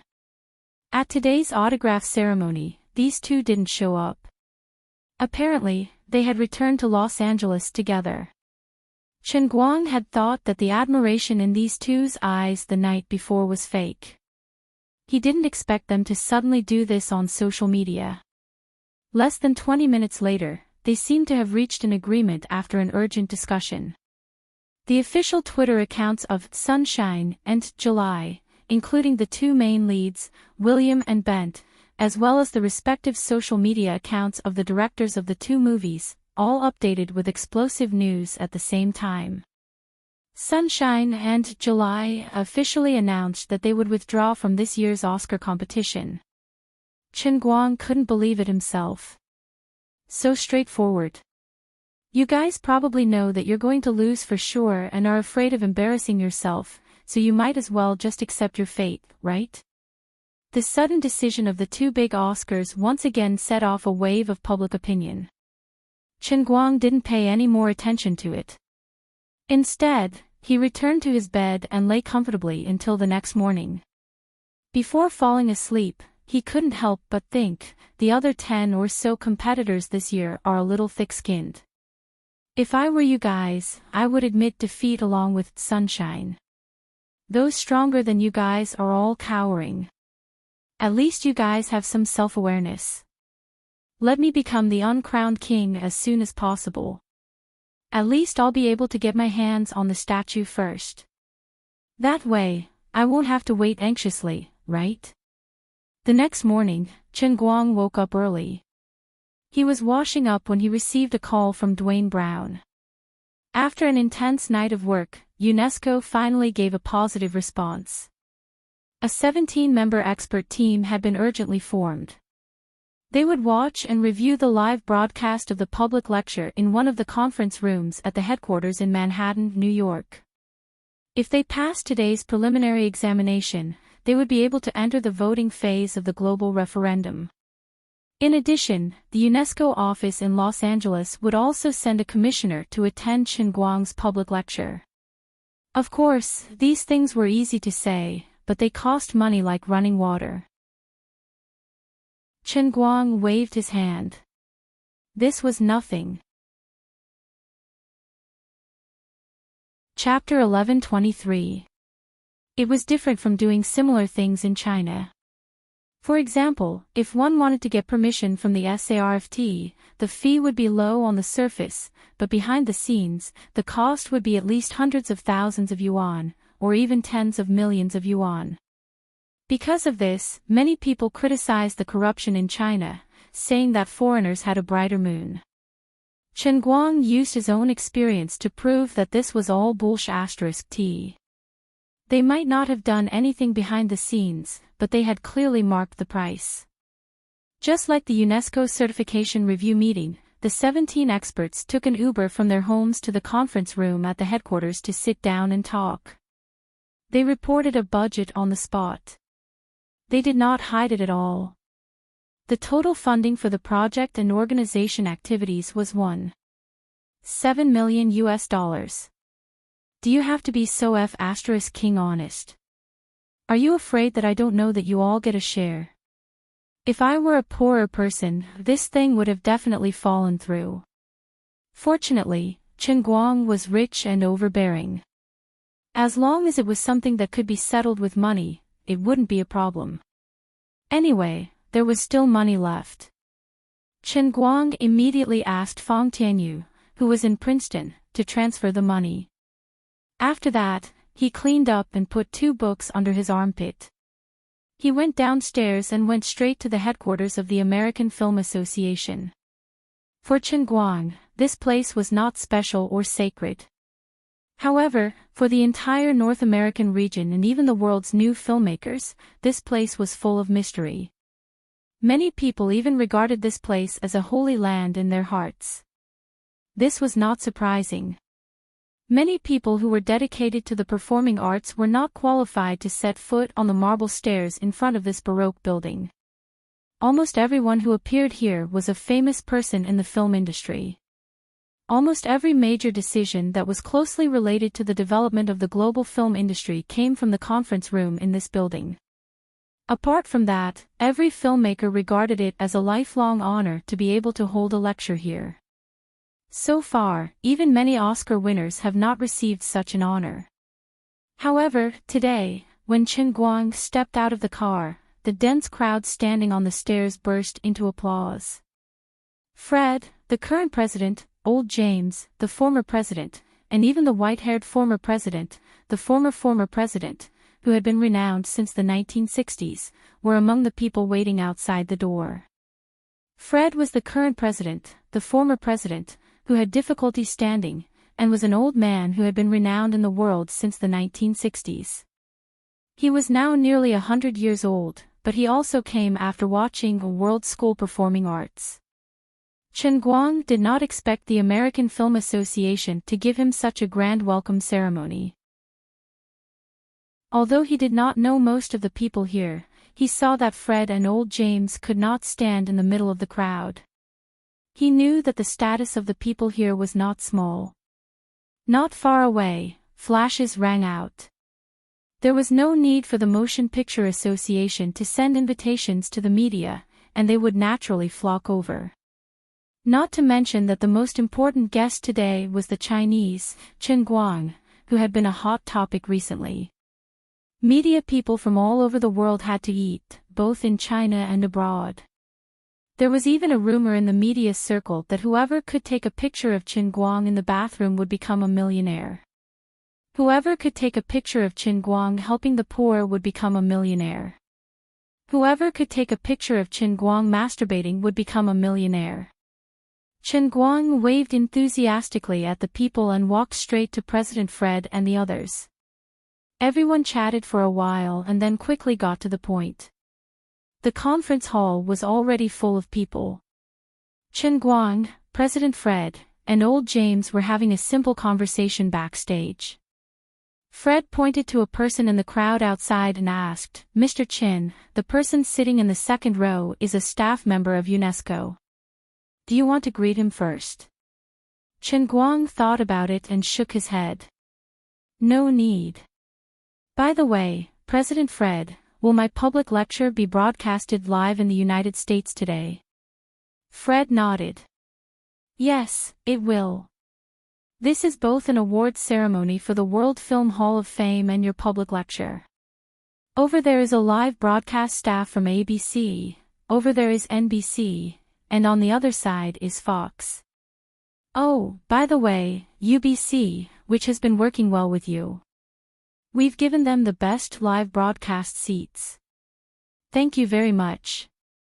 In fact, he could have collected a lot of copyright fees today, but Chen Guang was eager to spread his influence and did not care about the money. On the other side, old James was a little uneasy. "Mr. Chen, where are your lesson plans?" Old James had been carefully looking at the two books under Chen Guang's armpit. He looked left and right and saw that they were the hardcover edition of World Faction, which was publicly available on the market. Chen Guang smiled and pointed to his head. "Here." "Ha." Fred and old James were a little confused for a moment. They wondered if Chen Guang was being too casual. With a smile, Chen Guang continued, "Let me tell the two of you something. I didn't take more than 5 days to finish writing these 2 books." "What?" Fred and old James exclaimed in unison. "Impossible." The two of them added. Chen Guang only smiled mysteriously. "When you reach my level, you will understand what it means to have everything at your fingertips. My understanding of acting, in fact, these 2 books only scratched the surface." As Chen Guang spoke, he patted the 2 books in his hands and stuffed them into old James's hands. "Mr. Watson, since many people haven't bought them yet, why don't you give these 2 books away? So, shall we start now?" Although Fred was still in shock, he subconsciously felt that Chen Guang would not brag about this. There was no need for that. Okay, Mr. Chen, let's go. The two walked out side by side. After a few steps, President Fred said, Mr. Chen, there are actually 2 standards for the World Film Hall of Fame. Chen Guang was stunned. 2 standards. Fred nodded. Yes, one of them is to hang a portrait over there and leave a name and a brief introduction below. Fred pointed to the wall of the large conference room. Chen Guang glanced over and saw nearly 100 oil paintings hanging on both sides. They looked very much like Newton in his physics textbook when he was in middle school. Chen Guang felt that he's still alive, and he's still so young. Yet, his portrait was placed here for others to reminisce about, and it's rather disgusting. What about the other one?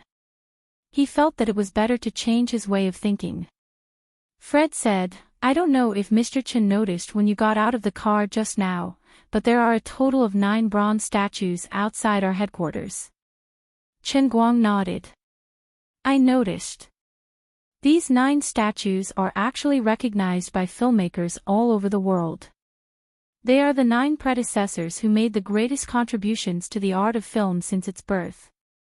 Including Stanislavski, who single-handedly created the C family performance system. We believe that your cosmopolitan performance art is indeed superior to the current expressionist, methodological, and experiential styles. Your personal achievements are comparable to Stanislavski's, so of course you are also qualified to have a statue. Chen Guang almost fell to the ground. Damn, after thinking about it, he felt that it would be better to hang a portrait on the wall. That's a bit. I'm still alive. Chen Guang said. Fred chuckled. Mr. Chen, maybe this is what you Chinese are particular about. But in America, in Los Angeles, it's normal for a city hero who is supported by the whole city to have his own statue. You can go outside the Staples Center and take a look. Shaquille O'Neal's statue has just been completed, and Kobe Bryant's statue will be completed soon. Before that, there were statues of West, Kareem Abdul-Jabbar, Johnson, and Hearn. Only then did Chen Guang feel relieved, is that so? But considering your age and the wide range of hobbies you have shown in the past, everyone felt that it was likely that you would lose interest in movies after you won an Oscar. So, when Damon proposed to erect a statue for you, there were still some objections within our association. After all, the Lakers are just the Lakers of Los Angeles, and the American Film Association is the temple of the entire world of movies. Chen Guang was speechless at President Fred's keen eyes. They were right. After getting the statue of the god of acting, he would only make movies if he was bored out of his mind. So be it. It doesn't matter. So, just this morning, we came to an agreement. Please go ahead. Mr. Chen, if your public lecture today can be further improved on the basis of these 2 books, and your cosmopolitan performance art can become a world intangible cultural heritage, then of course it will have been recognized by the world. Then, of course, we should erect a statue for you. Is that so? Then. Okay then. In fact, Chen Guang didn't care much about the statue. This wasn't the statue in his own world in a cup. It was nothing more than a symbol. This even reminded him of the statue of the Lord of the Earth that was still standing in the Tongshan industrial factory. It had the same effect, and it was very disgusting. At 10:00 in the morning, this might be called the most important lesson in the history of the performing arts finally began. More than 2,000 filmmakers from all over the world sat in the conference hall. They had a variety of skin colors and ages. Before this, each of them might have had their own different understanding of movies. For example, Big Beard Deng and Shi Changhe, who were too embarrassed to tell Chen Guang that they had quietly hidden in the crowd. However, after today, perhaps not everyone would become a complete cosmopolitan. They would still have their own styles. But on top of their original style, it was inevitable that they would be covered with a layer of characteristics that only belonged to the World faction. From now on, the world's three major performing arts systems would be merged into one, leaving only the Cosmopolitan. But the Cosmopolitan would inevitably be divided into several parts. For example, when it came to actors, there would be the expressive Cosmopolitan, the methodological Cosmopolitan, and the experiential Cosmopolitan. When it came to directors, there would be different ideas. Chen Guang summarized the knowledge he had learned from the world in a cup without reservation through this public class. The knowledge he showed was broad and profound, all-encompassing, but rigorous and reasonable. Finally, in the evening, the huge conference hall was filled with thunderous applause. Chen Guang's 8-hour Cosmopolitan public class officially ended. Chen Guang opened his arms and enjoyed the countless admiring eyes from below the stage. He seemed to be able to smell the statue in his nose. Soon, it was really soon. That night, on the homepage of the official website of UNESCO, a huge headline appeared. A global referendum on the application of the Cosmopolitan Intangible Cultural Heritage was officially held. 7 days later, at noon, the global referendum came to an end with a total of 136,847,217 votes, with 99% of the votes in favor. UNESCO announced the referendum on the spot. 2 hours later, it was officially announced that the Cosmopolitan Performing Arts had become the world's intangible cultural heritage. Chen Guang was still alive, but he already had the heritage. Chapter 11:24. There was no point in staying in Los Angeles anymore. Chen Guang flew to Princeton again, mainly to help Zhuo Jingxi solve some problems with photocatalysis. Although teacher Zhuo had a deep understanding of the 5 God-level formulas after enjoying the double PY transaction, she was still a bit of a cramming method of teaching. Although she had some details in her mind, she still needed some time to summarize them as a whole. By making this trip, Chen Guang could more or less save some time. Unfortunately, he didn't get what he wanted in a certain aspect. He didn't know if Zhuo Jingxi was doing it on purpose or if she was really addicted to it. While Chen Guang was in Princeton, she simply lived in the laboratory and didn't go out at all. A fly couldn't bite a seamless egg. The night before the World Pie cruise arrived in Los Angeles, Chen Guang returned to Los Angeles. Time passed bit by bit. After all, he cared more about the acting god statue. Another 4 days passed. During this period, with Los Angeles as the starting point, tens of millions of copies of World School Performing Arts spread across the United States like a wave. The publishers who tried to take advantage of Chen Guang finally realized that the situation was not good. They were furious and filed a lawsuit against Chen Guang. Unfortunately, it was of no use. Commissioner Brown took out a list of documents and laid them on the table. No one dared to say anything against it. Then the United Publishing Union went to the Ministry of Commerce, trying to get the Ministry of Commerce to take the lead in filing a lawsuit against Chen Guang, accusing him of smuggling, dumping, and other crimes.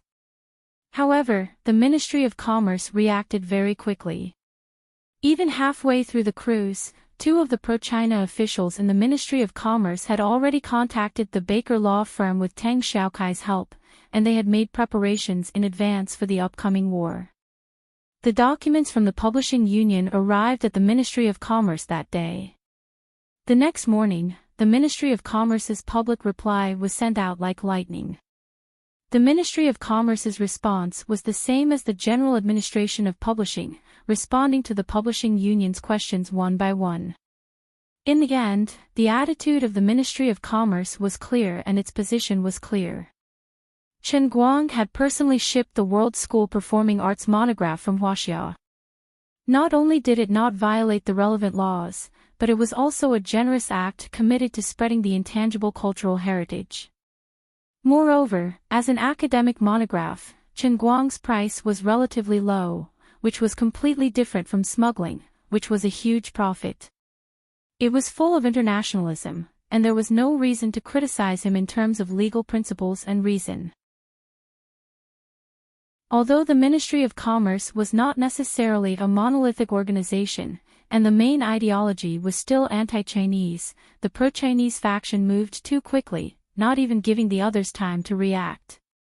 Furthermore, although the entire operation process happened very quickly and abruptly, it was completely tenable. Unless the current Special Passage Treaty on the world's intangible cultural heritage was amended, there was no other way. No one could stop the 10 million sets of World School Performing Arts from spreading like a virus across the United States. The members of the publishing union had no other choice but to bite the bullet. In the end, they had no choice but to reluctantly accept this cruel reality. Fortunately, the high taxes paid by Chen Guang soothed their hurt feelings. If it was in the past, asking Chen Guang to pay hundreds of millions of dollars in taxes was equivalent to asking for his life. But now, Tianguang Group can make a net profit of nearly $700 million from the global box office. Even if Jin Shiyue and Jiang Yage's companies are excluded, Chen Guang's personal income is as high as $600 million. Tianguang Media should share the income, and Chen Guang's personal income is as high as $600 million. This was no pressure at all. Now that the box office share had been gradually returned to the account, it was currently in the distribution company opened by Tang Xiao. Chen Guang asked someone to transfer it out and directly paid the bill. In addition, Chen Guang did not completely fall out with the National Publishing Union after all. In the past, Dreamy often used to give others some benefits. Now, Chen Guang was giving them a taste of their own medicine. The order for 1 million sets of deluxe editions was still given to them, but of course, the price was not as crazy as before. They even got a discount of 10% more than usual. The reason was very simple. To make a statue of God, what they really needed was a large number of ordinary editions. The deluxe edition was purely for profit. Others cared about it, but to Chen Guang, it was dispensable. If you still don't behave, then I won't do it anymore. What can you do to me? As for China, the Chinese version of World School that Chen Guang had personally translated was finally printed and resold to the whole country. As a Chinese with a proper background, his book was first published in English before being translated into Chinese. Chen Guang had no choice but to admit that he had made a huge blunder and attracted quite a bit of criticism from Pinky. However, he was too lazy to explain to others. From the beginning, his target was the Oscars. Of course, it was the fastest way to get it abroad. Those who wanted to criticize him could find it. Even if he explained it to them, they would selectively ignore it. Those who didn't want to criticize him would understand without any explanation. Chen Guang just thought it was ridiculous. The Chinese version was only 10 days late. Did they have to go online and say that he had forgotten his roots? There were even such rumors on the internet, saying that he had even changed his nationality and became a foreigner. Chen Guang did not even want to listen to them. Are you stupid? The former director of the General Administration of Guangdong, the head of a violent organization, and a legitimate deputy minister. Even if I am willing to change my nationality, they should dare to accept it, right? It would be strange if the old men did not fight with me. In the next few days, Chen Guang ran around the United States to watch a few WWE and UFC matches and met those fighting stars who supported him. On the surface, it seemed that he was just returning the favor and going to support them personally. In fact, not many people knew that he had been thinking about what he should do to complete the feat of a physical statue of God. Participating in this kind of competition was mostly meaningless. It was useless even if he was invincible in the world. With his current ability, there was no one in this world who could make him go all out. Others would fall with just a finger. It was not difficult to be the best in the world, but it was difficult to be unprecedented. Let's not talk about foreign countries. Just in China, Chen Guang said that he was the first in history. If others said that he was capable, why don't you compete with Li Yuanba? You have great strength. The flowery monk Lu Jishan uprooted willows. His strength was no less than yours, right? A certain general held an iron spear that weighed hundreds of kilograms and danced it like a wheel of wind and fire. If you are so capable, go and fight with others. Also, can you defeat Qi Yu, the god of war, Xing Tian, the ancient god of war? What? You said that they were mythical figures and did not exist. Yes, we did not have clear evidence to prove their existence or whether they were as strong as the legend said. But you also could not find evidence to prove that they were fake. This was a paradox that made people feel hopeless. Chen Guang could only say, how can I compare my head to the ancient people who have turned to ashes in the half-life of the elements? At least he could find a lot of reference materials for acting, and there were authoritative works that could make a clear comparison. But when it came to fighting, there was really no way. The living could never defeat the dead.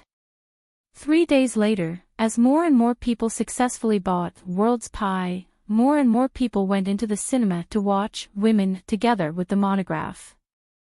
At the same time, more people downloaded the videos of Luo and Zhu, Thunderstorm, and his public lecture at the International Film Hall of Fame and watched them continuously. Those who acted in movies and made movies learned from him, and those who only liked to watch movies and comment on movies only watched superficially. Those who didn't understand anything could at least find the real reason why Women, which was played in 2D, could bring them a completely different experience. Ordinary movies pursued a comprehensive visual and auditory experience, but Women was different.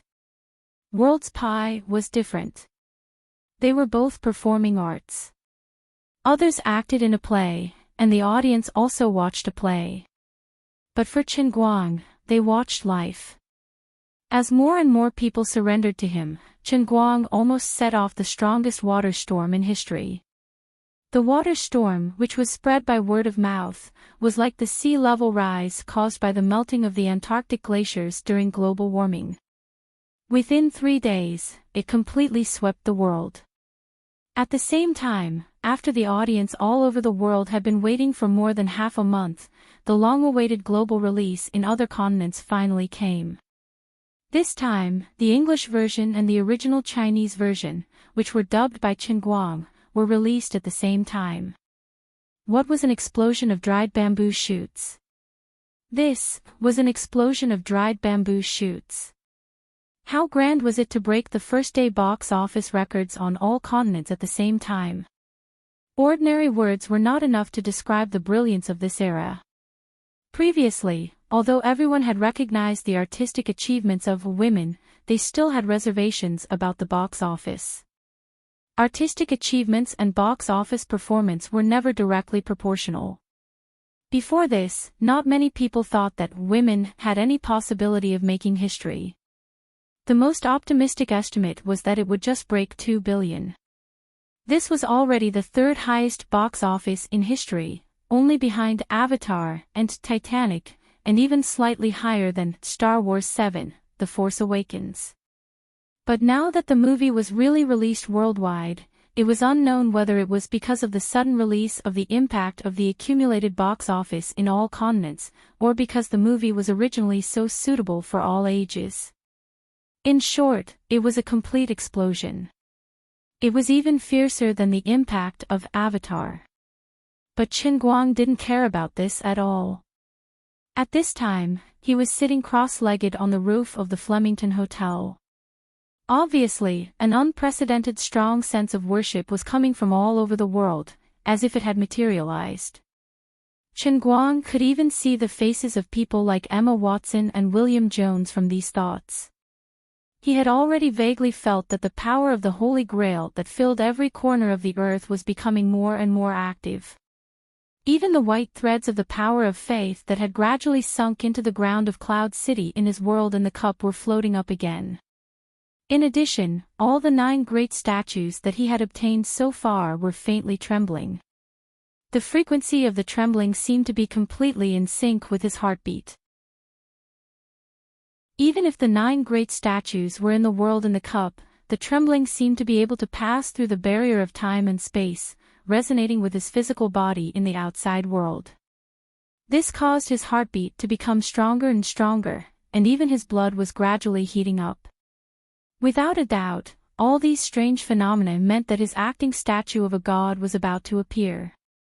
But he was also inexplicably surprised. He had obtained 9 statues before this, but none of them had caused such a huge commotion like today.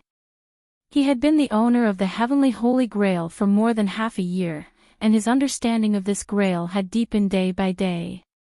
Until now, he thought that he already understood the heavenly Holy Grail very well. But now, a situation that was completely out of his expectations had suddenly appeared, causing him to wake up in an instant. After all this time, he still knew almost nothing about this broken Grail. The leaked power of the Holy Grail. What Lioli said was that because of his continuous triggering of the world of punishment, the real world and the real world were getting closer and closer, and even starting to slowly merge. The almost imperceptible but irresistible power of the Holy Grail and the elemental power between heaven and earth was becoming more and more intense.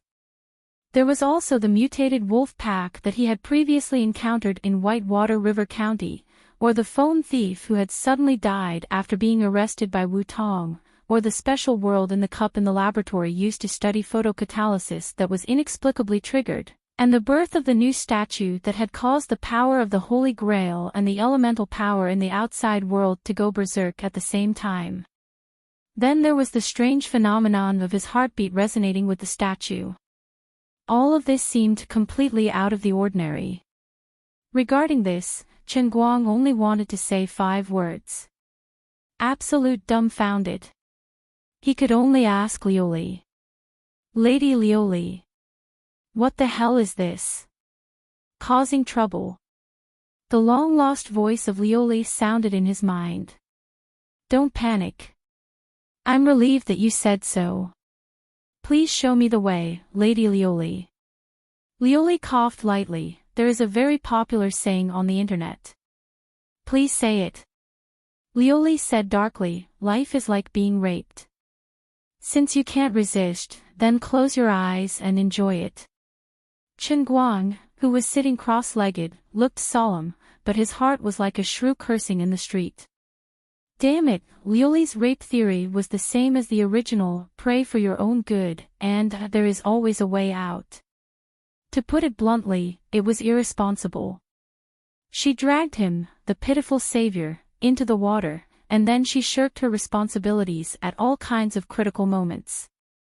She knew how to pretend not to know and deliberately messed with him.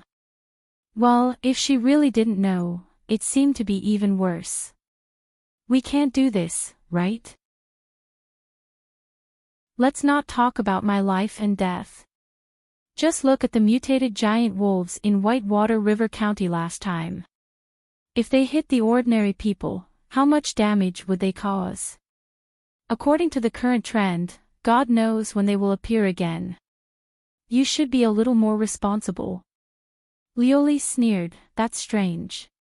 Isn't this all caused by you? Isn't it you who triggered the world of punishment? Isn't it you who made the real world and your real world get closer and closer? Chen Guang was not convinced, bah. I didn't know it would be like this before. Lioli used her usual sharp tongue, why? If you knew it back then, would you have chosen not to use the world of fate and not to save your mother's life? Or would you have obediently let the extremists control your plane and let you and your friends die in the sky? Are you so great? Chen Guang, if I knew it back then, I would really. Chen Guang was speechless. Chapter 11:25. He found that not only was he no match for Lioli, but he was also no match for her in words. Even though he had mastered 4,987 languages and was proficient in millions of vulgarities in various languages that could make people doubt their lives, he was still no match for Lioli when it came to reasoning. Lioli gave him an extremely difficult choice. Was he going to sacrifice his mother, or drag the whole world down with him? Was he going to sacrifice himself and his woman, or drag the whole world down with him?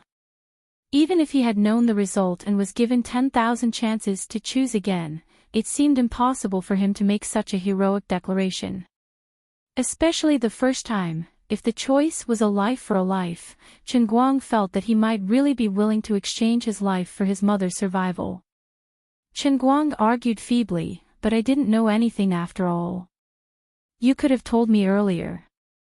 Lioli sneered, "But now you already know, and you once again crazily pursue the 10th statue for your own survival.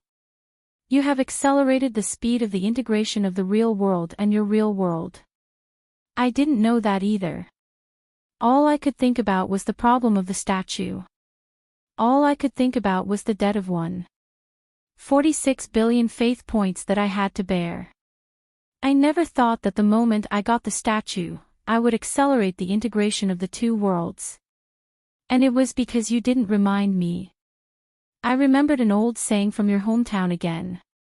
I didn't kill the people, but the people died because of me." Chen Guang was infuriated by Lioli's words, but his imagination ran wild. "You are a sinister villain. Now I suspect that you are not a god emperor at all. You are an invader from a certain plane, right?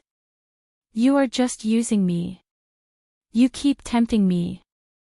You asked me to open the barrier between the two worlds with my own hands so that the army of billions of gods and devils behind you could enter our universe and invade our plane." He almost convinced himself. Perhaps he had been dealing with too many movies recently, and he had seen a lot of movies, so there were many similar themes in the history of movies. The more Chen Guang thought about it, the more he felt that his seemingly absurd idea was quite possible. The two so-called gods, Lioli and Lu Ming, never had the slightest majesty and solemnity that belonged to a real god. Their behavior all along was clearly that of the unruly, willful, sinister and cunning demon princesses that were often written in fantasy novels. Chen Guang's memories of Lu Li and Lu Ming flashed across his mind. Except for a few times when Lu Li revealed the so-called true body of the Xin Huang, she was really like that most of the time. Unexpectedly, Lu Li and Lu Ming burst out laughing in the cup world. "Lu Ming, fool," Lioli said, "I really think that you should go to the mental world next time and become the most mentally retarded person in the human world." The two deity emperors laughed mercilessly at Chen Guang. However, Chen Guang remained unmoved. He glared angrily and kept a straight face. "Tell me. Is this real or not?" he roared in his heart. Lioli did not say anything. Lu Ming scoffed, but changed the topic. "All right, now that things have come to this, Sister Lu Li is still soft-hearted. I'll admit it to you. Not bad. It's true. But we are not some ridiculous demon race. We are indeed the god race and also the real gods. Our purpose is to devour the core of your extremely complete universe. Your universe is very special and delicious. At that time, your universe will return to before the Big Bang and become the most delicious singularity that will be slowly eaten by us." Chen Guang fell silent again, and an unprecedented firm belief rose in his heart. If his guess just now was true, then he, the so-called savior, had always been like the puppet army, the guide party, and the traitor during the war of resistance. No, if I really attracted the gods and demons, then their real purpose must be the entire universe. Am I a traitor? Chen Guang raised his head blankly and looked at the starry sky in the sky. He couldn't help but think of Huaxia tens of thousands of kilometers away. The sky there should be clear. His parents were probably bragging to others that their son was about to become the first Wuxia Oscar winner in history, and his grandchildren in the dormitory should be forging his autographed photos. There were also Wen Wen, Jin Shiyue, Jiang Yage, Sun Xiaoxuan, Wu Tong, Lu Fei, Xayan Qin, Wu Miaowan, Teacher Zhua, who was in Princeton, and Tang Ying, who would arrive in Los Angeles in 2 days. Many names and faces, from family to friends, from relatives to women, many people that he had interacted with in one way or another in his life, or had heard of and admired countless people. A crazy idea suddenly surged in his heart. This idea came extremely abruptly and without warning, but it was exceptionally fierce. This idea occupied his entire mind in an instant and became extremely firm. For family, friends, for Earth, for all of humanity, for the solar system, for the entire universe. I'll jump. All of this took a long time to describe, but from the time he started thinking about it to the time he took action, perhaps only 0.1 seconds had passed. It was even too late for Lioli to control his body. With a loud bang, spiderweb-like cracks appeared on the incomparably sturdy ceiling of the Flemington Hotel under his feet. Holding the cup in his hand, Chen Guang's entire body violently flew over the edge of the rooftop of the Flemington Hotel. That's right, he planned to commit suicide. He believed that in this situation, there was only one way to stop all of this, and that was to kill himself. Flying over the rooftop of the 19th floor of the Flemington Hotel, floating in the air, Chen Guang silently thought, really, I never dreamed that I could actually be so great. Forget it, it's better for me to die than for everyone else to die. I'm going to die sooner or later anyway. Rather than dragging the entire world to hell with me, I might as well go one step ahead. If everything that happened to me could be recorded in a book, I wonder if the future generations of humanity would laugh at my ignorance and ridiculousness, or praise my greatness and bravery. Death can be lighter than a goose feather or heavier than Mount Tai, but for me, my death is the weight of the entire universe. I can't even describe how great I am. This simple leap of faith of mine, what kind of majestic spirit does it carry? Just as Chen Guang was constantly hypnotizing and numbing himself in his heart, constantly finding millions and millions of sufficient reasons for this seemingly rash and impulsive leap of faith, this conversation appeared in his mind again. Dear Cry, you idiot. This fool really believed it. You don't even know the situation when you're joking. This was Lioli's hysterical roar. Chen Guang thought to himself, what's going on? Then his eyes widened. Ah! What? Dear Cry also panicked.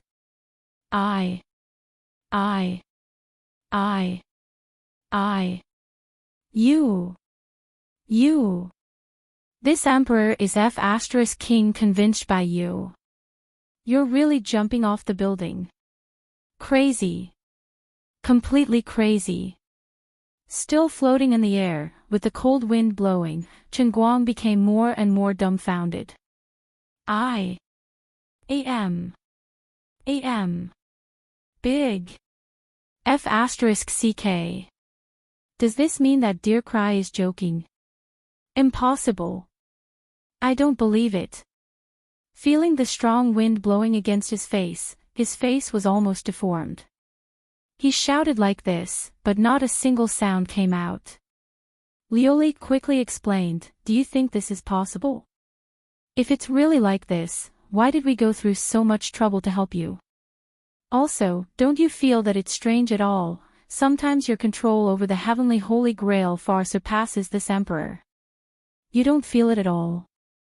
Just like when you wanted to get customized training, when you used the Heaven's Line Grail in batches to improve yourself, your sovereignty over the heavenly Holy Grail far surpasses mine and Dear Cry's by countless times. Dear Cry also explained at the side, that's right, my body, Sister Lioli's divine soul and the heavenly Holy Grail are all partially fused, but my control over this lousy heavenly Holy Grail is still surpassed by you, because the heavenly Holy Grail is you. Enough. Dear Cry, don't say any more. Lioli suddenly interrupted Dear Cry, and said, in short, Chen Guang, you have to believe me, I swear on my godhood, we are definitely not those strange things that you think. Also, the reason why it became like this, is indeed not the fault of this emperor and Dear Cry. You are indeed the most fundamental reason, and even the only reason. The inside story is extremely deep, with your current realm, even if I tell you clearly, you won't understand. Chen Guang was about a few meters away from the floor. He didn't have the time to carefully consider Lioli's words, nor did he have the time to think about whether he regretted it or not. He decisively landed on his face. Chapter 11:26. Before completely losing consciousness, the pitiful Lord Guang could only express that he regretted it a little. But it's no use, I've already sacrificed my life with the greatest courage in the universe. Wait. It seems like I can't die. I fell for nothing. Pia. Screech. With this sound, Chen Guang landed on the cement wall in the backyard of the Flemington Hotel. The scene was tragic, enough to scare a 7-foot-tall man to the point of urinating on the spot.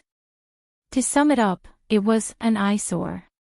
Under the joint efforts of Lioli and Dear Cry, the chin-type meat paste was moved to the back of the bushes before anyone discovered it, conveniently concealing the smell. Fortunately, the hotel's watchdog was a dumb husky. The security guards brought the seemingly fierce but actually adorably dumb husky over for a stroll, but they found nothing. They only found a big pit on the ground, and then they turned around and left with a belly full of doubts. After a full 2 hours, under the frenzied infusion of divine power by the two god emperors, Chen Guang, who had the regenerative ability of the earth paste exploder, came back to life.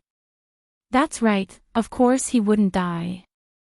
Actually, without Lioli and Dear Cry's help, he wouldn't die either, just that the recovery time would be much longer. After all, he was the highest level elemental creature, the earth paste exploder. Saying that he had an immortal body was an understatement. The naked Chen Guang sat silently in the bushes, once again looking up at the moon in the sky. After thinking about it, there was only one word in his mind: what a scam.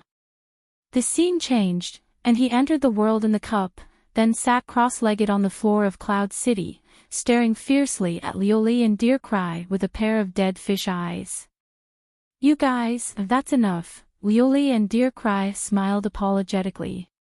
Ha ha ha, I was just making a harmless joke, I didn't expect your reaction to be so intense. Chen Guang roared, nonsense.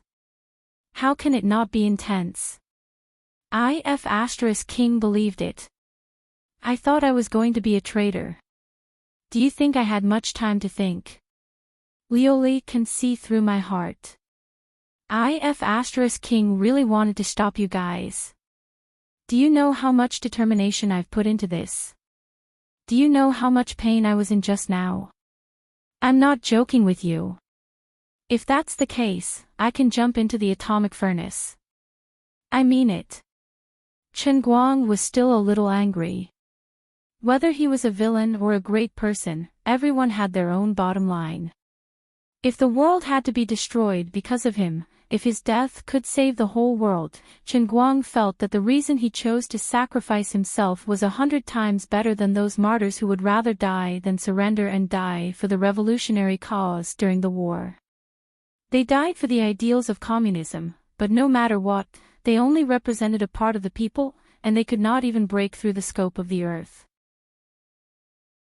And I, Chen Guang, am doing this for all of humanity, for the entire universe, and of course, for the other life forms that may or may not exist in the billions and billions of universes. If he had more time to think, of course, he wouldn't have made such a crazy decision in a hurry. However, he knew that Lioli knew what he was thinking. It was a bit of a mouthful, but that was the truth. Therefore, as long as it involved the heavenly Holy Grail and himself and Lioli, he had to be so resolute. I know, but I really didn't mean it. Sorry, very sorry. Seeing that Chen Guang was still brooding over it, Lu Ming apologized in a slightly tired voice. Liuli also tried hard to stay awake. She couldn't even lift her eyelids. The lustrous feather dress that had just recovered with great difficulty seemed to be on the verge of breaking apart again. Sigh, I've really been fooled by you two living treasures. An idiot made a joke regardless of the occasion, and the other fool actually suspected that I was plotting something. I'm really suffering as a deity emperor. Besides, Chen Guang, save it. Even if Lu Ming and I really want to invade your universe, you can't stop us. Well, now you see, you can't die. You can jump into an atomic furnace and you can't die even if you fly into outer space. You can't die even if I put you into the center of the sun. You now look like a living physical creature, but in fact, your body and divine soul have become an incredible existence between materialization and energy, comparable to a deity emperor. If your body is really completely destroyed, you will at most become an immortal elemental creature ancestor. Besides, you really can't blame me for not telling you in advance that things will become like this. I have told you countless times that this is the first time the Heavenly Holy Grail has been activated, and no one knows what will happen. Let alone me, even my father, the Master God of Chaos, doesn't know why this situation has happened. What I can do is to help you analyze what kind of situation this is after it has happened. As for what will happen next, I can't predict it either. Just as I have always said to you, when the boat comes to the bridgehead, there will be a way.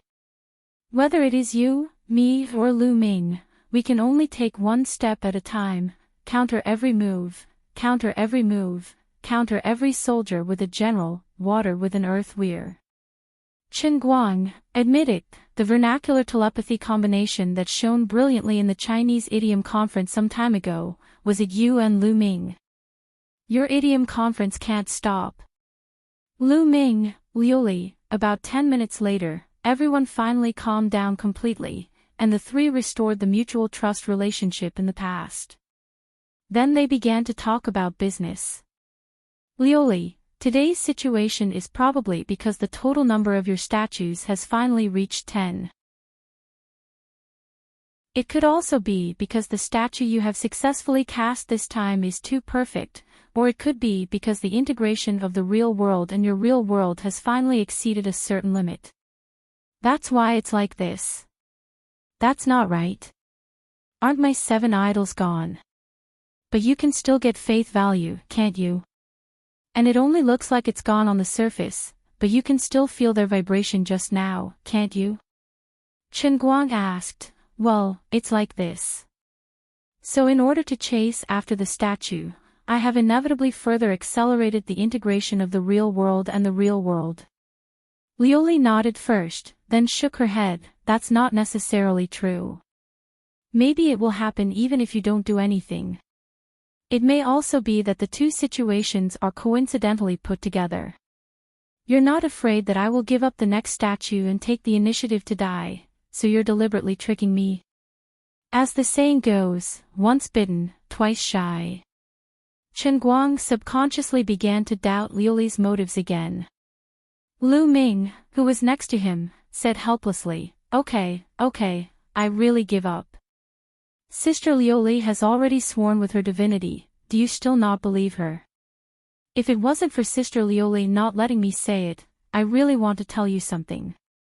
Even if something really happens to your broken cup, you can never blame it on me and Sister Liuli.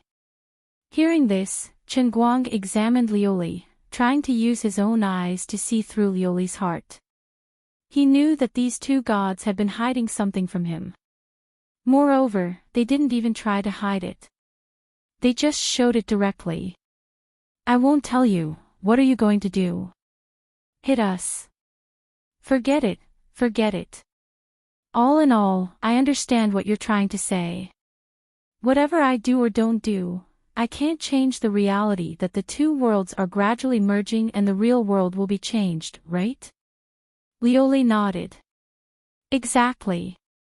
Also, there's no telling when it will happen. Maybe it will take a long time, or maybe it will happen in the next second. The seemingly subtle changes will reach a certain limit instantly. By then, Chen Guang interrupted Liuli. By then, existences like the mutated wolves that I encountered last time will appear everywhere in the world. Liuli shook her head. Not exactly. Chen Guang immediately took a long breath in relief. That's good. I was really worried about that. Liuli, no, it's much more serious than that. Chen Guang almost jumped to his feet. Why don't you make it clear? What do you mean by much more serious? I don't know, but I'm certain that the changes caused by the integration and overlap of two dimensions can't just be superficial. In your universe, it's still uncertain for other planets, but on Earth, the changes will certainly shake the foundation. What foundation? Everything. Everything. That's right. Everything that you see, hear, know, and even everything that you don't know. Everything that you can imagine, everything that you can't imagine. Including all aspects of time and space, big and small. Even a speck of dust that has been floating in the air since the Jurassic period will be affected. Chen Guang gasped. In other words, from our past, to our present, to our future, everything will be completely changed. Liuli grunted. We can't rule out this possibility, but there's one thing that won't change. What? You. Because you're the master of the Holy Grail.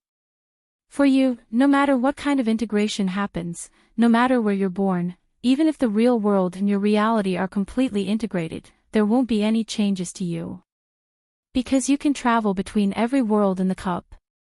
Chen Guang didn't think this was good news. He had a vague feeling. The greatest pain in the world was standing in front of the person you once loved the most, but she didn't recognize you. In other words, it's possible that my family is no longer my family, or that they don't exist at all. After the world is changed, my ethical family, my parents, may become people that I don't know at all. But in their hearts, in their memories, I'm still their son. But I don't know them at all. Lu Mingguo's voice came from afar. Although I don't want to tell you, this may happen, but it may not necessarily happen. Chen Guang asked again, also, everyone that I used to know, may become strangers to me. Liuli nodded again, but she thought for a moment and said, just as I said before, if the real world and your reality merge and completely change your time and space, you must be the most stable point among all the planes. Then, just like how every pair of people in the world who know each other will have some kind of connection, let's call it fate. The threads of fate form a big net, binding everyone in the world to this net, or in other words, binding every planet in the universe to this net. The fate of countless tiny existences combine together to become the fate of a basic ion. Countless basic ions combine together, letting out two coughs. Chen Guang replied, you don't have to explain too much. What I understand is that everything in the world is connected, and every existence is an individual. But at the same time, they're also a part of the whole. Yes, that's right. Then, when the vibration of subversion comes and is about to overturn the entire plane, you, as the only stable point, the things that are personally related to you, or people, are likely to get some stable characteristics because of the connection with your fate. The closer their relationship with you is, the more stable they will be. Chen Guang suddenly understood. I understand what you mean. I'm equivalent to Noah's Ark in the Bible story when the world is coming to an end, right? The closer you are to me, the harder it is to be changed, right? You can understand it this way. With this, his heart felt at ease. Previously, he was most worried about his parents, relatives, and friends, as well as those female confidants that he couldn't let go of. This was equivalent to taking a tranquilizer. Also, this change may not be completed in an instant, it may be carried out unknowingly and subtly. Also, even if someone has a close relationship with you, it is normal to have some slight changes. For example, that female Dr. Tang Ying, she is very close to you, right? But maybe one day, it will be normal for her cup size to increase or decrease by one size. Chen Guang nodded helplessly. I understand.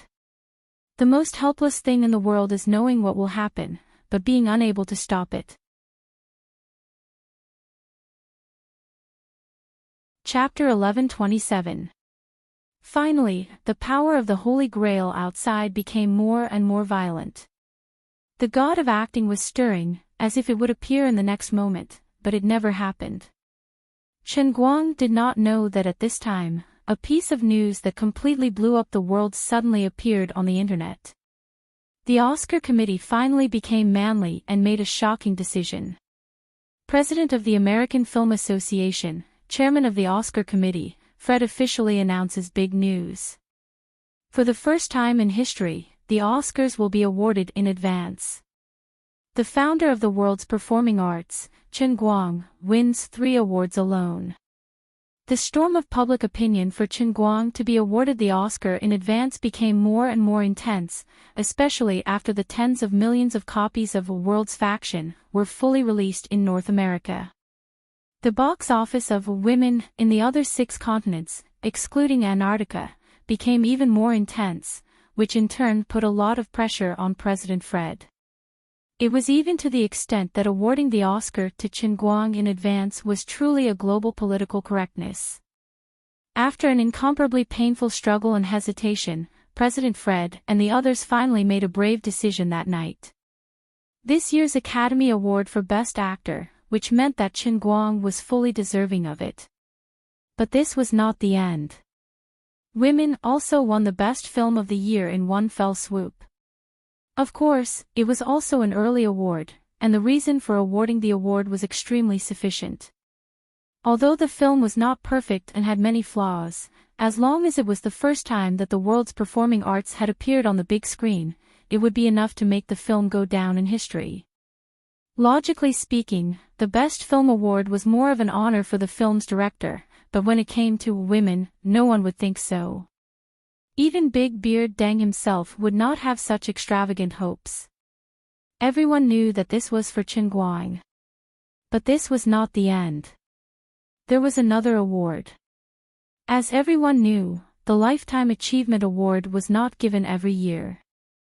Only when a person who made a huge contribution to the film industry reached a special level and was recognized by everyone, would this award be added in a certain year. In recent years, due to various reasons such as the market environment, the Lifetime Achievement Award was given almost every year, and its value had greatly decreased. However, Chen Guang had broken an incredible record. He was the youngest person to win the Oscar Lifetime Achievement Award in the shortest time since he entered the industry. He was also the only person to win the Lifetime Achievement Award after only acting in one movie. If the value of the Lifetime Achievement Award had declined in the past, then today, this award had become even more glorious because of Chen Guang. Then, as the video of President Fred's public speech was released, Chen Guang was instantly rewarded with the Oscars for Best Picture, Best Actor, and Lifetime Achievement. No one had expected the big shots of the Oscar committee to go to such extremes. They would either not do it, or they would do it all in one go. They decided to award 3 awards to Chen Guang in advance. They did not have to wait until the award ceremony to announce them to the public. What was even more outrageous was that no one in the world objected to it at all. Chen Guang took a deep breath and closed his eyes. His mind sank into the world in the cup again.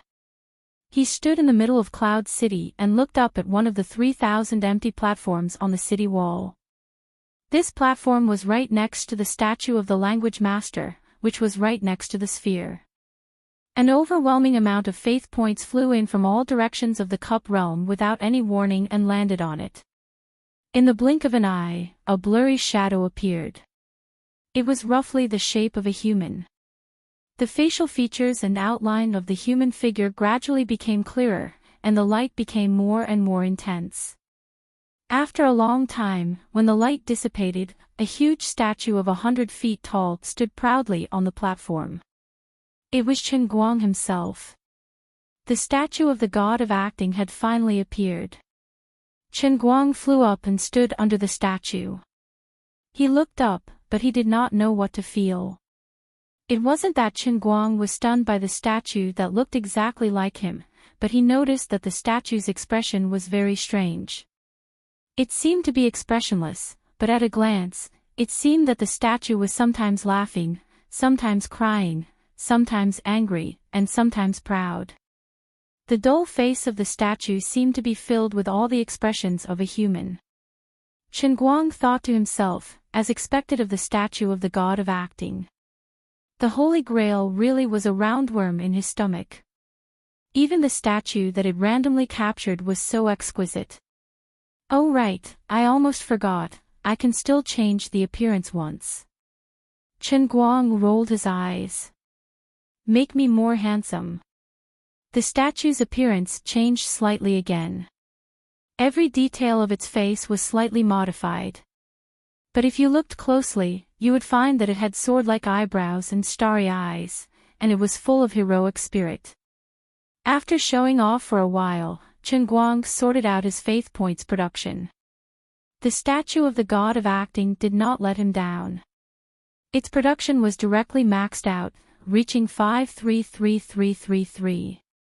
Of course, this was also due to the constant growth of Lu Ming's fruit trees, which allowed the production of all the statues to steadily increase. Up to now, among the 8 statues of the Holy Spirit, only the pile driver statue that could not be improved maintained its daily production of 38,000. The other 7 statues were constantly improving with the growth of Lu Ming, reaching this number of 53,333. At the same time, the statue of the Language Master's Cup Realm and the statue of the God of Acting were 10 times the upper limit of the Holy Spirit statue, which was exactly 533333. Adding the additional faith points from the Sea of Time and the Realm of True Martial, as well as the Fanatics, Chen Guang's daily production of faith points was as high as 1.59 million per day. But unfortunately, the huge mortgage loan he owed was still as high as 1.43 billion. With the current production, it would take him 903 days to repay the loan. But there was only 1 year and 11 months left for him, exactly 700 days. To borrow a phrase often used on the Chinese national football team, there was not much time left for Chen Guang. He was still very desperate. He still had to quickly finish the 3rd statue of the God of One Line, the strongest physical body. In fact, in a strict sense, it should be the strongest leg muscle group. The realm of true martial that cast his strongest martial arts was not the One Line Sky, but the 4th level, the Blue Sky. Currently, the only thing that could be used to obtain the statue of God was the One Line Sky training related to the leg muscles during the accelerated physical body formation. Apart from the special training that was done in batches, he had done it before. Of course, the easiest way was to get it all at once and achieve all the strongest physical bodies, so that it could be done once and for all. With a complicated mood, Chen Guang retreated from the cup realm. Seeing that he was clean from head to toe, he had to pick up the cup and sneak back to the room like a thief. After changing into pajamas, Chen Guang lay on the bed and thought for a while. He didn't have to worry about the photocatalyst anymore. He could just leave it to Teacher Zhua. He didn't even have to worry about the application for the Scientific and Technological Progress Award at Tangshan Industrial Factory. He had sold a big favor to the Chinese Academy of Sciences. The final decision on the award was in the hands of the Chinese Academy of Sciences. As long as the finished product was taken out and put into practice at Tangshan Industrial Factory, Xiaoguang Environmental Protection would completely turn over. There was nothing for him to do here. When Sister Tang Ying arrived in Los Angeles, he would go back to China with her. The next day, Chen Guang held his last press conference in America. At this press conference, he received the 3 trophies that had been made in advance from President Fred. He expressed his gratitude and promised to attend the final award ceremony in March. In the afternoon, he went straight to the airport, ready to meet Tang Ying there, and then fly straight back to China. After waiting in the airport for a long time, Chen Guang saw Tang Ying and Tang Xiaokai walking side by side. "Yo, Sister Tang Ying, Brother Xiaokai. Why are you here?" Chen Guang greeted the two with a smile. Although Tang Xiaokai was actually a few years older than him, they were now familiar with each other. Chen Guang didn't care so much. Tang Xiaokai looked at Chen Guang and Tang Ying, who stood side by side. "I'm my sister's protector. I'm here to keep an eye on you, Brother Guang." Tang Ying stepped on Tang Xiaokai's foot. "Shut up." Tang Xiaokai still refused to let it go. "Sister, don't quibble. I've seen through your little tricks long ago. Have you forgotten? I've been calling Chen Guang brother-in-law for a long time." Chen Guang was secretly pleased at being called brother-in-law, but when he saw Tang Ying blushing, he couldn't admit it now. "Don't talk nonsense. You must have something to tell me today." Tang Xiaokai was a busy man. He wouldn't come to a temple without a reason. He didn't have anything to do today, but he came. "I knew I couldn't hide it from you." Tang Xiaokai shrugged. "I do have something to ask of you." "All right, you two take your time. I still have to change my boarding pass." Dr. Tang was not like Chen Guang, who had the Global Civil Aviation Association's Hero Medal. He could pick his seat no matter where he went. He had to do all the registration and ticket changes himself. While Tang Ying went to change her boarding pass, Chen Guang and Tang Xiaokai had a simple chat. It turned out that Tang Xiaokai had his eyes on Chen Guang's photo catalyst. They were all on the same side, and Chen Guang was easy to talk to. After some communication, Chen Guang accepted Tang Xiaokai's suggestion.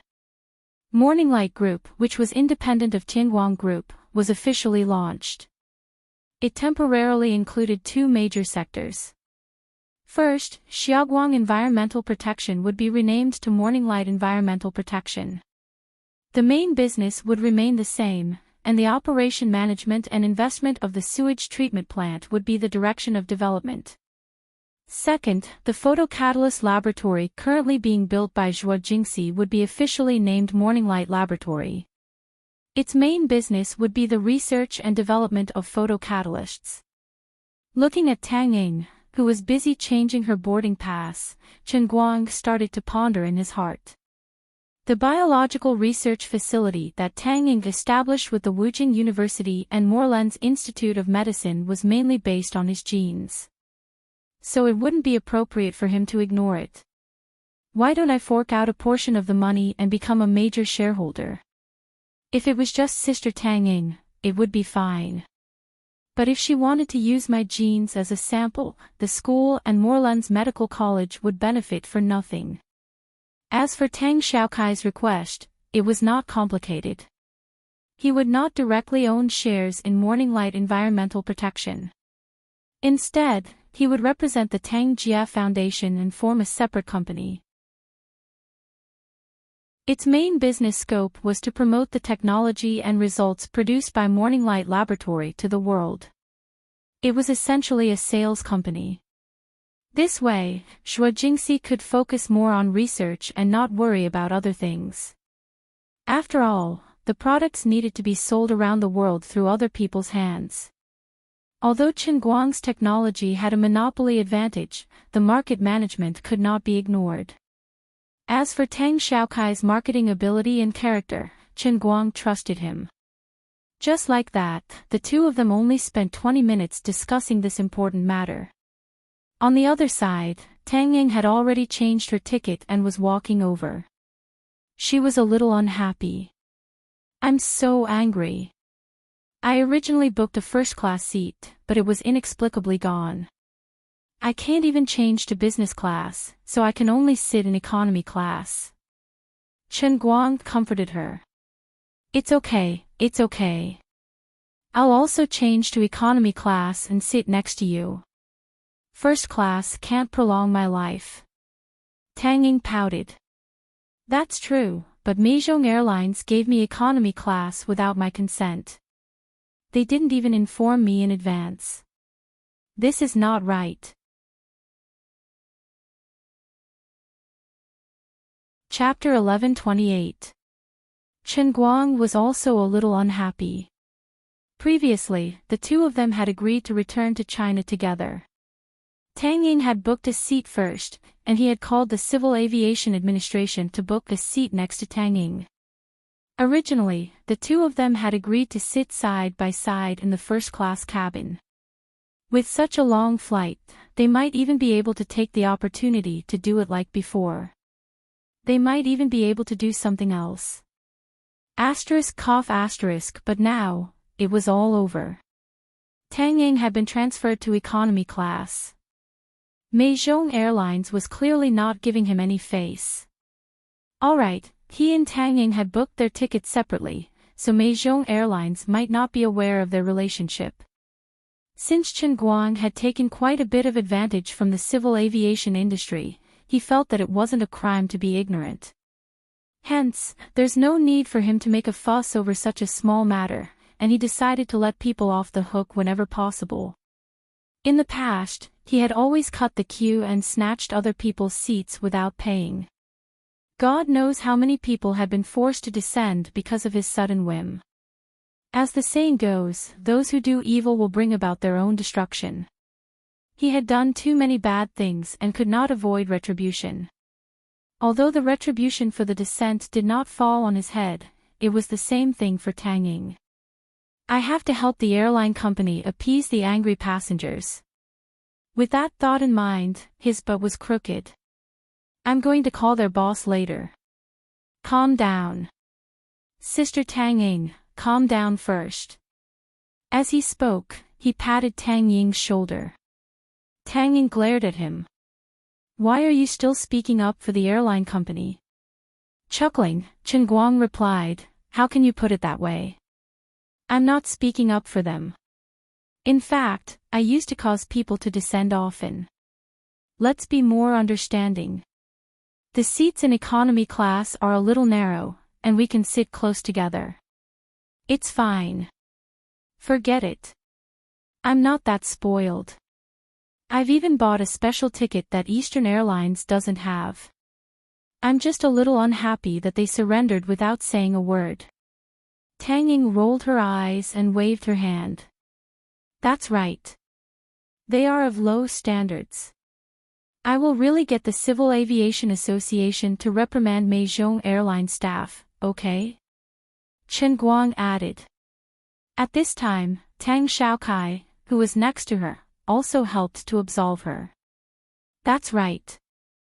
I also know the global vice president of American Airlines. Sis, I'll help you redress this injustice.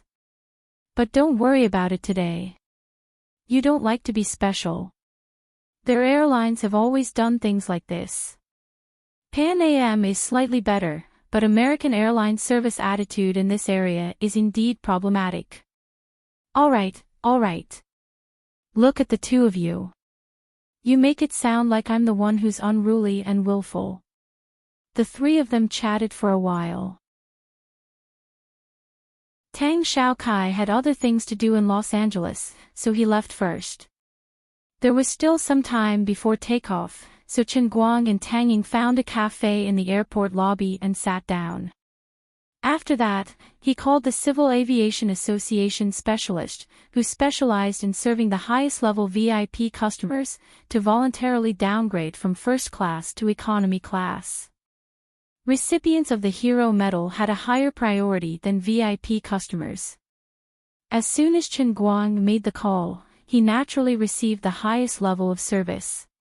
He enjoyed the same or even better treatment as top billionaires like Buffett, Gates, and Zuckerberg when they took private flights on commercial airliners. There was an extremely high level of confidentiality, even higher than that of ordinary U.S. government officials.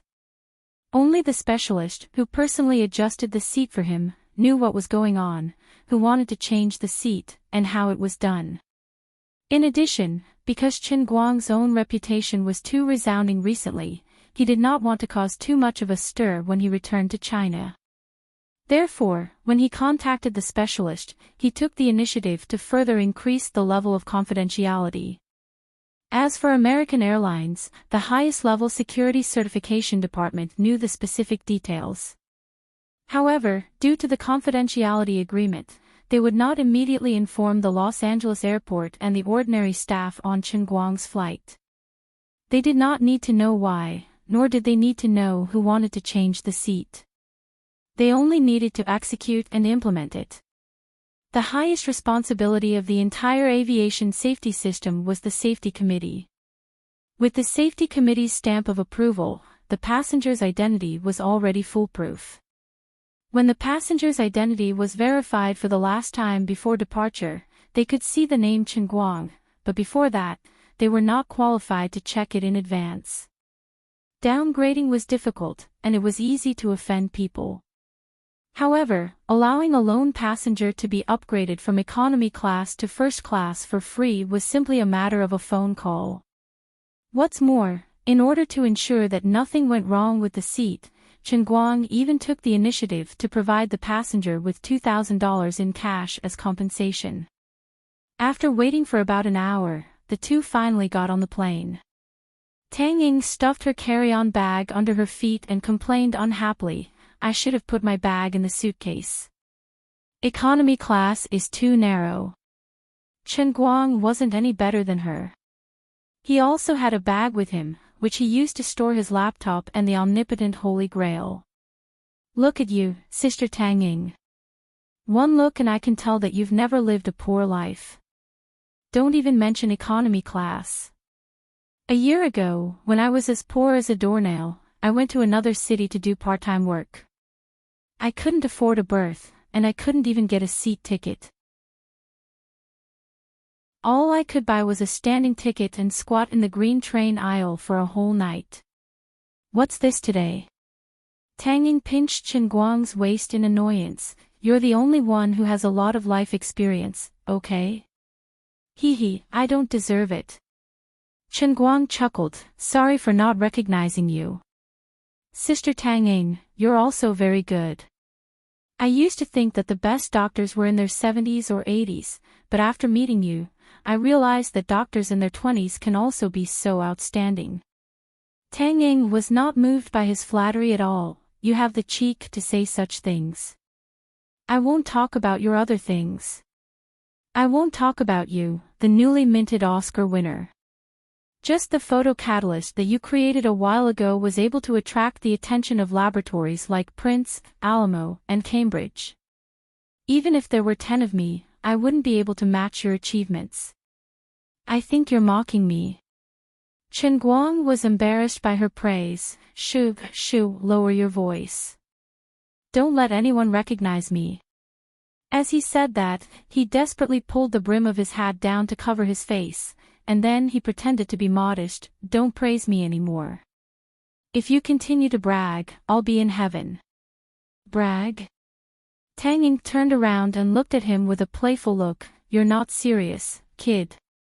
Chen Guang felt wronged. "I'm very serious, okay?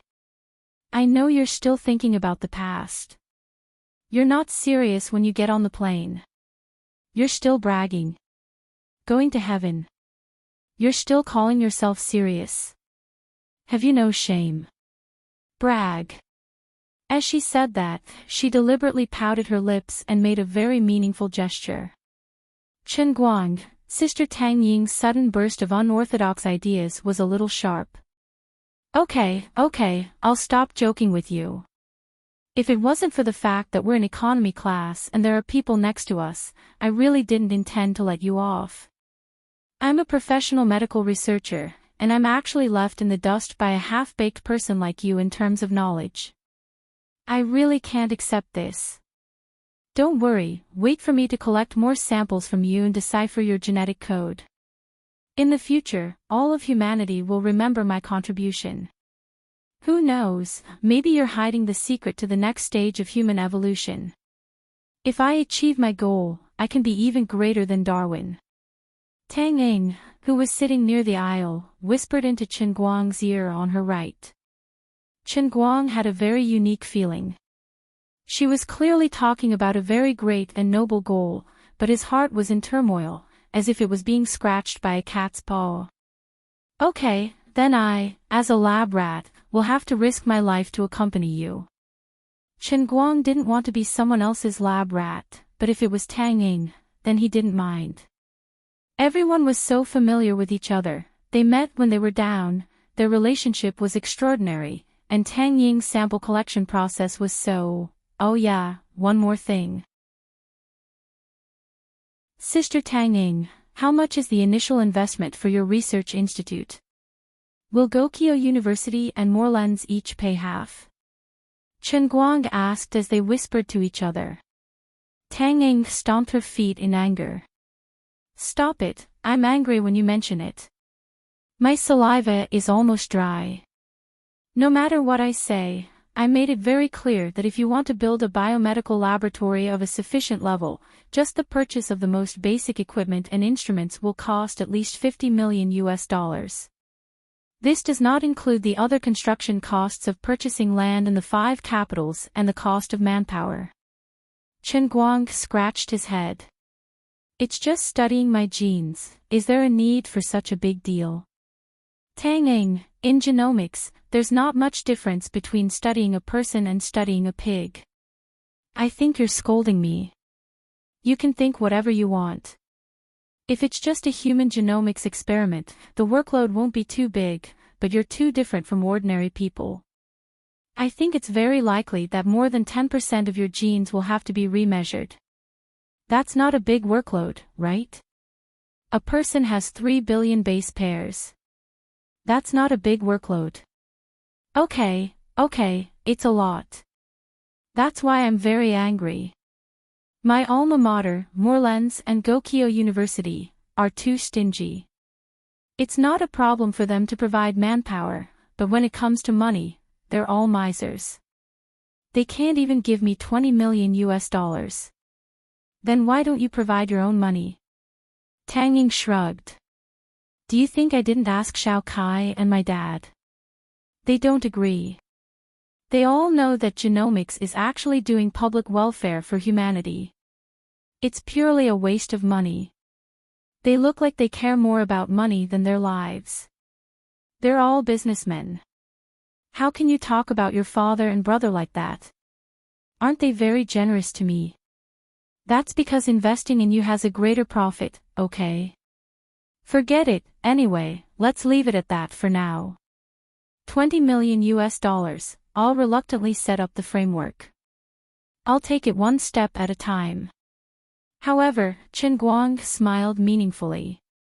Sister Tang Ying, in my humble opinion, you've forgotten a very important thing. What? The person sitting next to you is probably the #1 nouveau riche of this year. He's lacking in everything now, but he's not lacking in money. Tang Ying's eyes gradually lit up. Hey, why didn't I think of that earlier? Chen Guang continued to chuckle. $50 million. What is this? It's not that I'm bragging, but I can even take out 500 million now. He really wasn't joking. Although the cost of coming to America was not small, the income was even higher. The box office of the movie, the development of Romeo and Juliet, and the crazily selling World's Pie were all living old hens that could lay golden eggs. While the two were chatting happily, they were puzzled as to why the plane was still not taking off. Suddenly, there was a commotion in the aisle. Tang Ying straightened her head and craned her neck to look behind her. What's going on? Standing in the aisle were 2 burly male airport staff. The 2 of them walked along the rows of seats and raised their heads to meet Tang Ying's gaze. Then, the 2 men's eyes lit up. They stopped counting and walked over with large strides. One of the burly black men said loudly in a low, muffled voice, "This Chinese lady, oh, and this Chinese man next to you, please leave the plane." The white man next to him added, "Sorry, our tickets are oversold." Tang Ying was stunned. She had been flying for so many years and had encountered situations where she couldn't board a plane because of oversold tickets. But that had never happened to her before. Besides, if it was really oversold, she wouldn't even be able to get a boarding pass. She had never heard of an oversold ticket when the person was already on the plane. **T. Chapter 1129. It was not until the two men walked along the aisle and stood in front of Tang Ying and stared down at her from above that Tang Ying was convinced that such a strange thing had really happened to her. But she still could not accept it. She raised her head and pointed at her face. "Are you talking about me? Oversold? You want us to get off the plane?"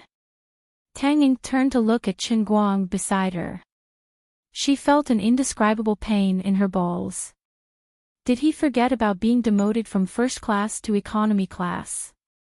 In any case, he could fly back to China. At most, he would complain about American Airlines' rudeness and contempt for its customers in his circle of friends when he got back. But now, even economy class was gone.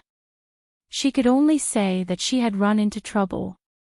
She had to attend a meeting at the city hospital tomorrow morning and hand over the last of her work.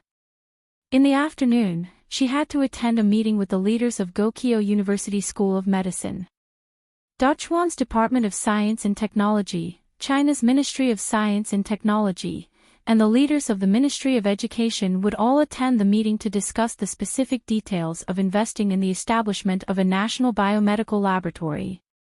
If she could not get on the plane this afternoon, then tomorrow's meeting would be over. This pigeon had been placed too far, and the joke had been made too big. Chen Guang was about to get up when Tang Ying pressed his shoulder down. "Don't say anything. I want to see what American Airlines is planning to do today."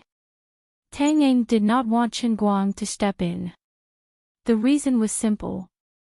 She was already furious when she was demoted. Chen Guang had comforted her and forced her to tolerate it. Now that American Airlines was here to cause trouble again, she could not tolerate it.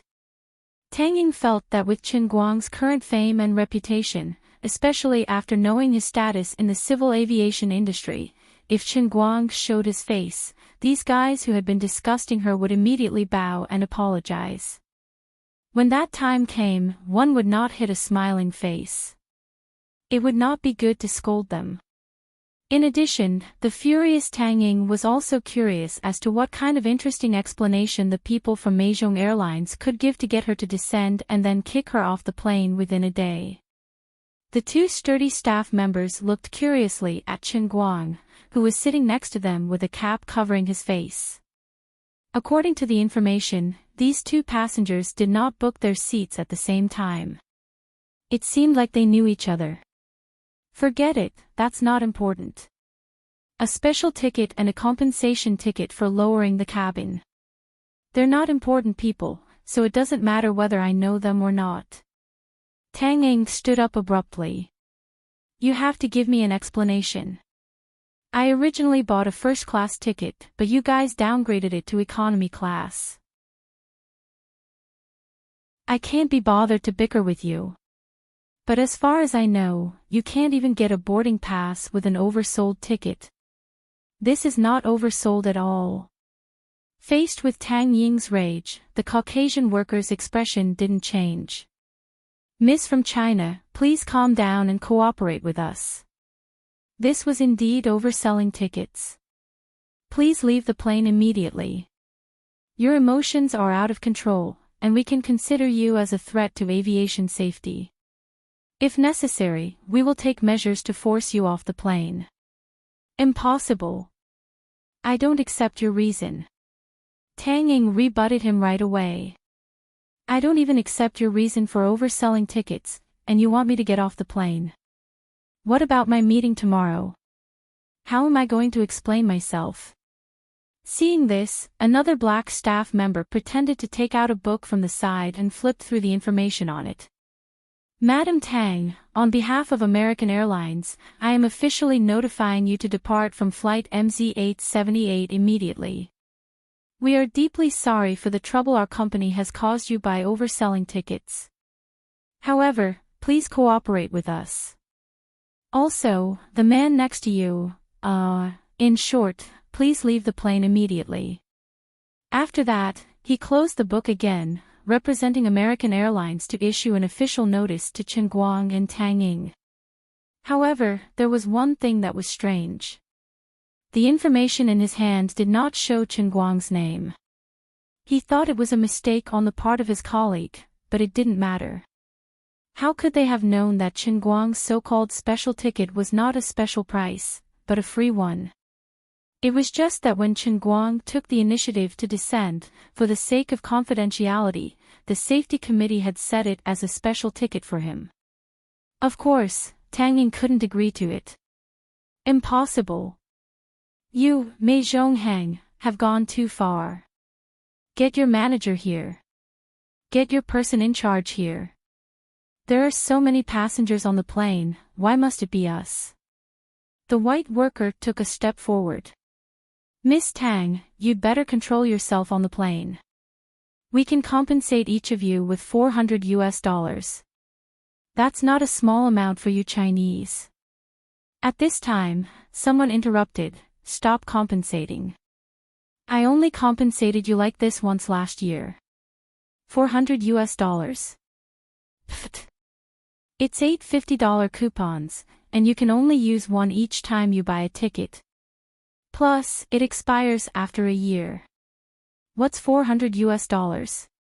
With Tang Ying's net worth, she wouldn't even bat an eye if $4,000 was placed in front of her, let alone 8 ridiculous coupons.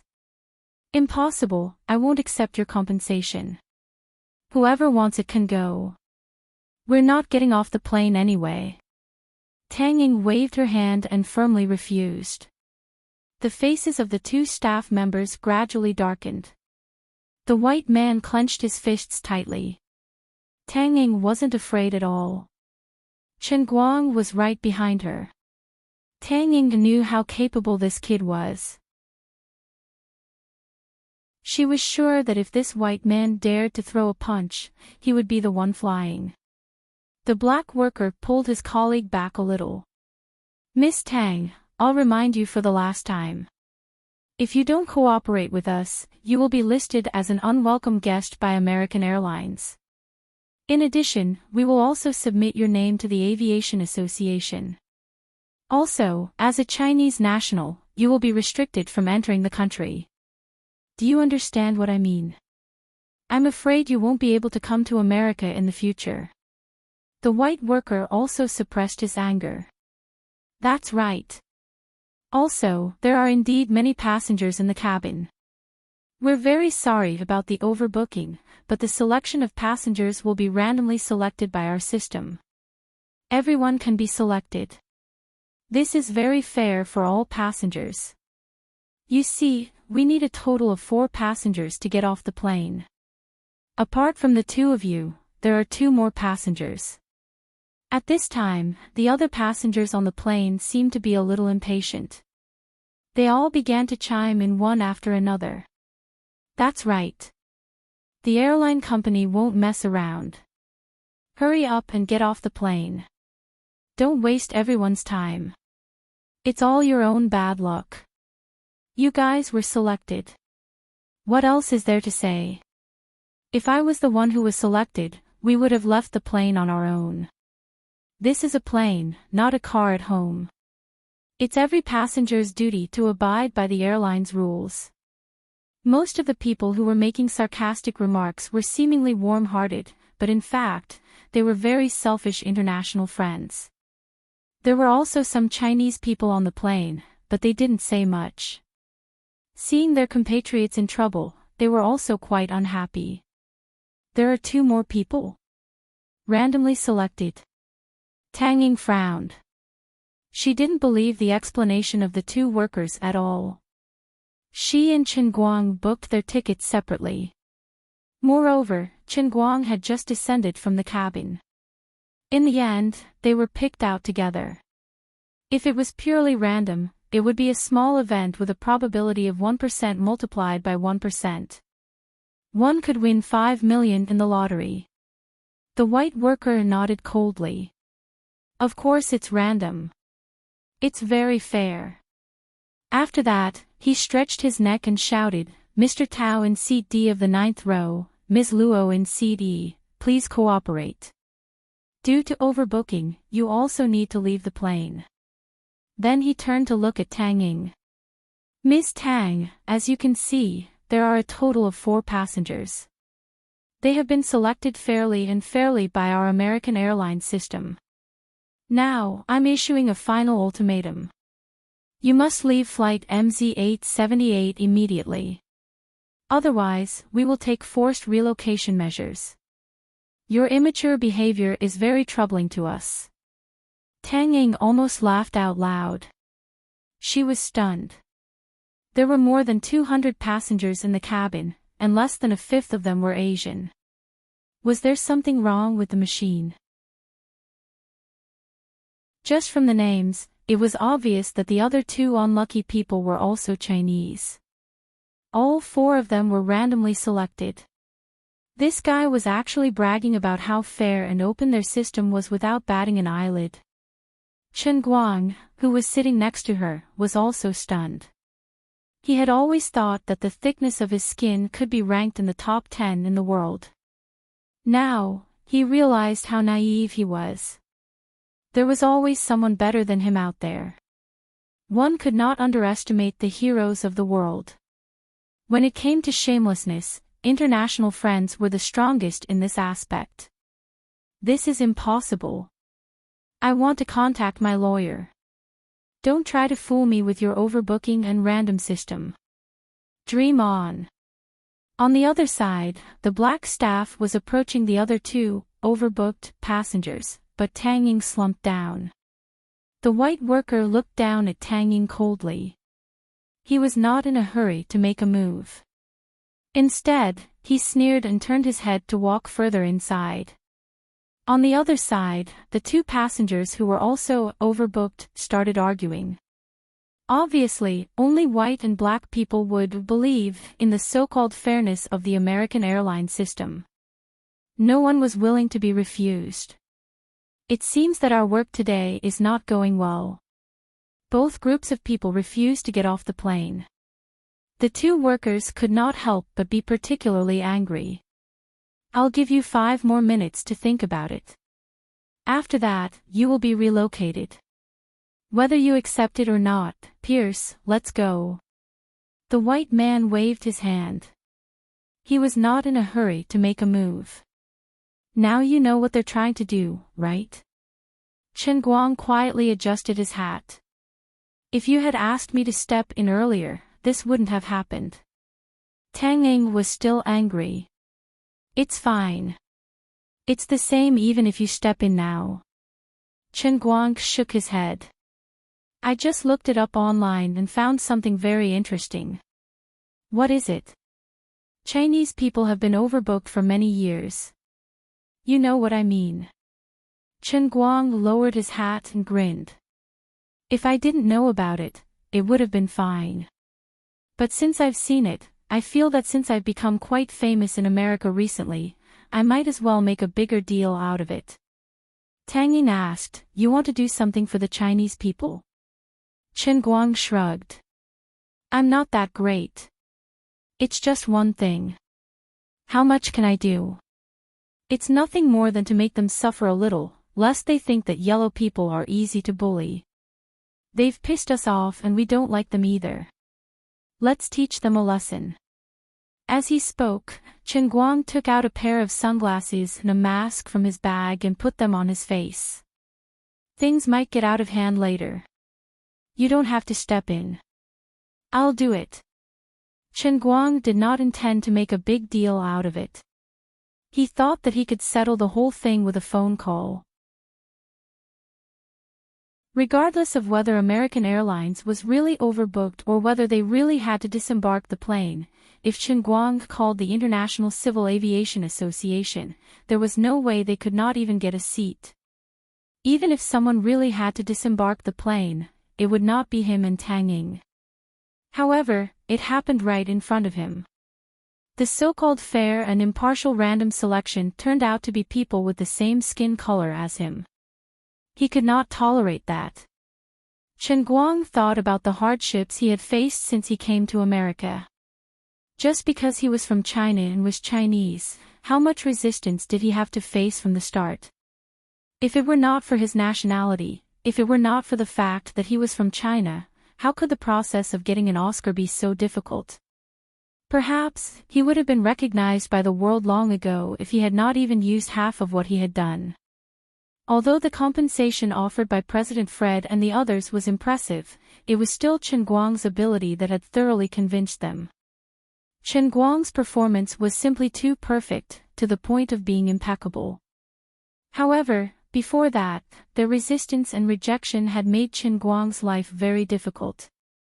If Chen Guang's abilities were just a little bit weaker, if he showed even the slightest flaw to others, it was very likely that his Oscar would go down the drain. At the end of the day, it was still because the Huaxia people lacked the right to speak in America, or even in the world. They were not valued and trusted. Even other colored people might not be able to compare. Talking about today's oversale, it was even more obvious.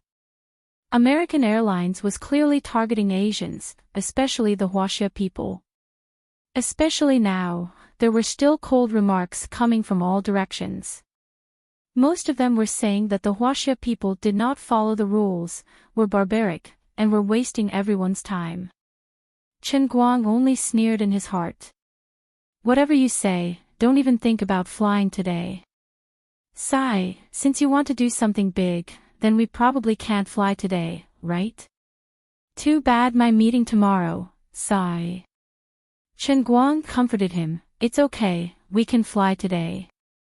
I promise you'll be able to step on our country's soil before 9 tomorrow morning, okay? That's not possible, right? Chen Guang shrugged. American Airlines isn't the only company that flies to Wujing. We'll pay for a jet from another company, it'll be the same. Chen Guang. Tang Ying number 1. Let's stop flattering each other. Yo, you're back again, and you even got help. As Tang Ying spoke, he looked up and saw a large group of people walking in from the aisle. In addition to the two guys just now, there were several uniformed people with guns. The staff of American Airlines directly called the airport police. It seemed that they were really going to take the so-called forced relocation measures. Passengers, please exercise restraint and do not record. Now, we will begin to take coercive measures against illegal passengers who do not cooperate. The Caucasian staff was more confident because he had someone behind him. He took the lead and spoke loudly. After he finished speaking, he picked up the walkie-talkie and said, Mr. Schultz, I'm starting here. Good, you've done a great job. We should teach these uncooperative, immature, and irrational passengers a lesson. Schultz, the general manager of American Airlines, who was in charge of Los Angeles airport affairs, said so. This young second-generation heir had recently taken over American Airlines business in Los Angeles under the arrangement of his father, who was a senior executive of American Airlines. He was planning to do something to build prestige among the staff, and he felt that this was a good opportunity. Several tall and strong police officers approached quickly, and many passengers who were watching the fun raised their phones. Not many people were so obedient as to stop recording just like that. Chen Guang finally stood up and moved away from Tang Ying to stand in the aisle. He adjusted his sunglasses and adjusted his mask. I sincerely hope that after today, you will remember something.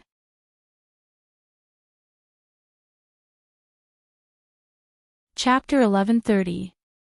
The Caucasian officer felt that something was wrong. The Chinese woman, who seemed to be very difficult to deal with just now, was now sitting quietly in her chair. But the man in the cap, who had been silently pretending to be dead, suddenly stood up. What was even more strange was that the man was wearing sunglasses and a mask, as if he couldn't see the light of day and was acting sneakily. It's ridiculous. Pretending to be a star, as if he's afraid of being recognized. Where do you think you are? Maybe you're really a big shot in China, or maybe you're really famous, but this is the United States. No one will give you any face. The man didn't think that Chen Guang was a dangerous person. Although he still couldn't see Chen Guang's name, the passenger's information backup had been stamped by the National Security Committee. However, the airport's police officers didn't share the same thoughts. After all, Chen Guang didn't even dare to show his face to the police on the plane. In addition to the recent tense international situation, they were on full alert when they saw Chen Guang. Tang Ying didn't say anything else, but looked at Chen Guang's profile with great interest. She wanted to know how Chen Guang was going to make a big deal out of this. Chen Guang didn't have any particularly clever ideas.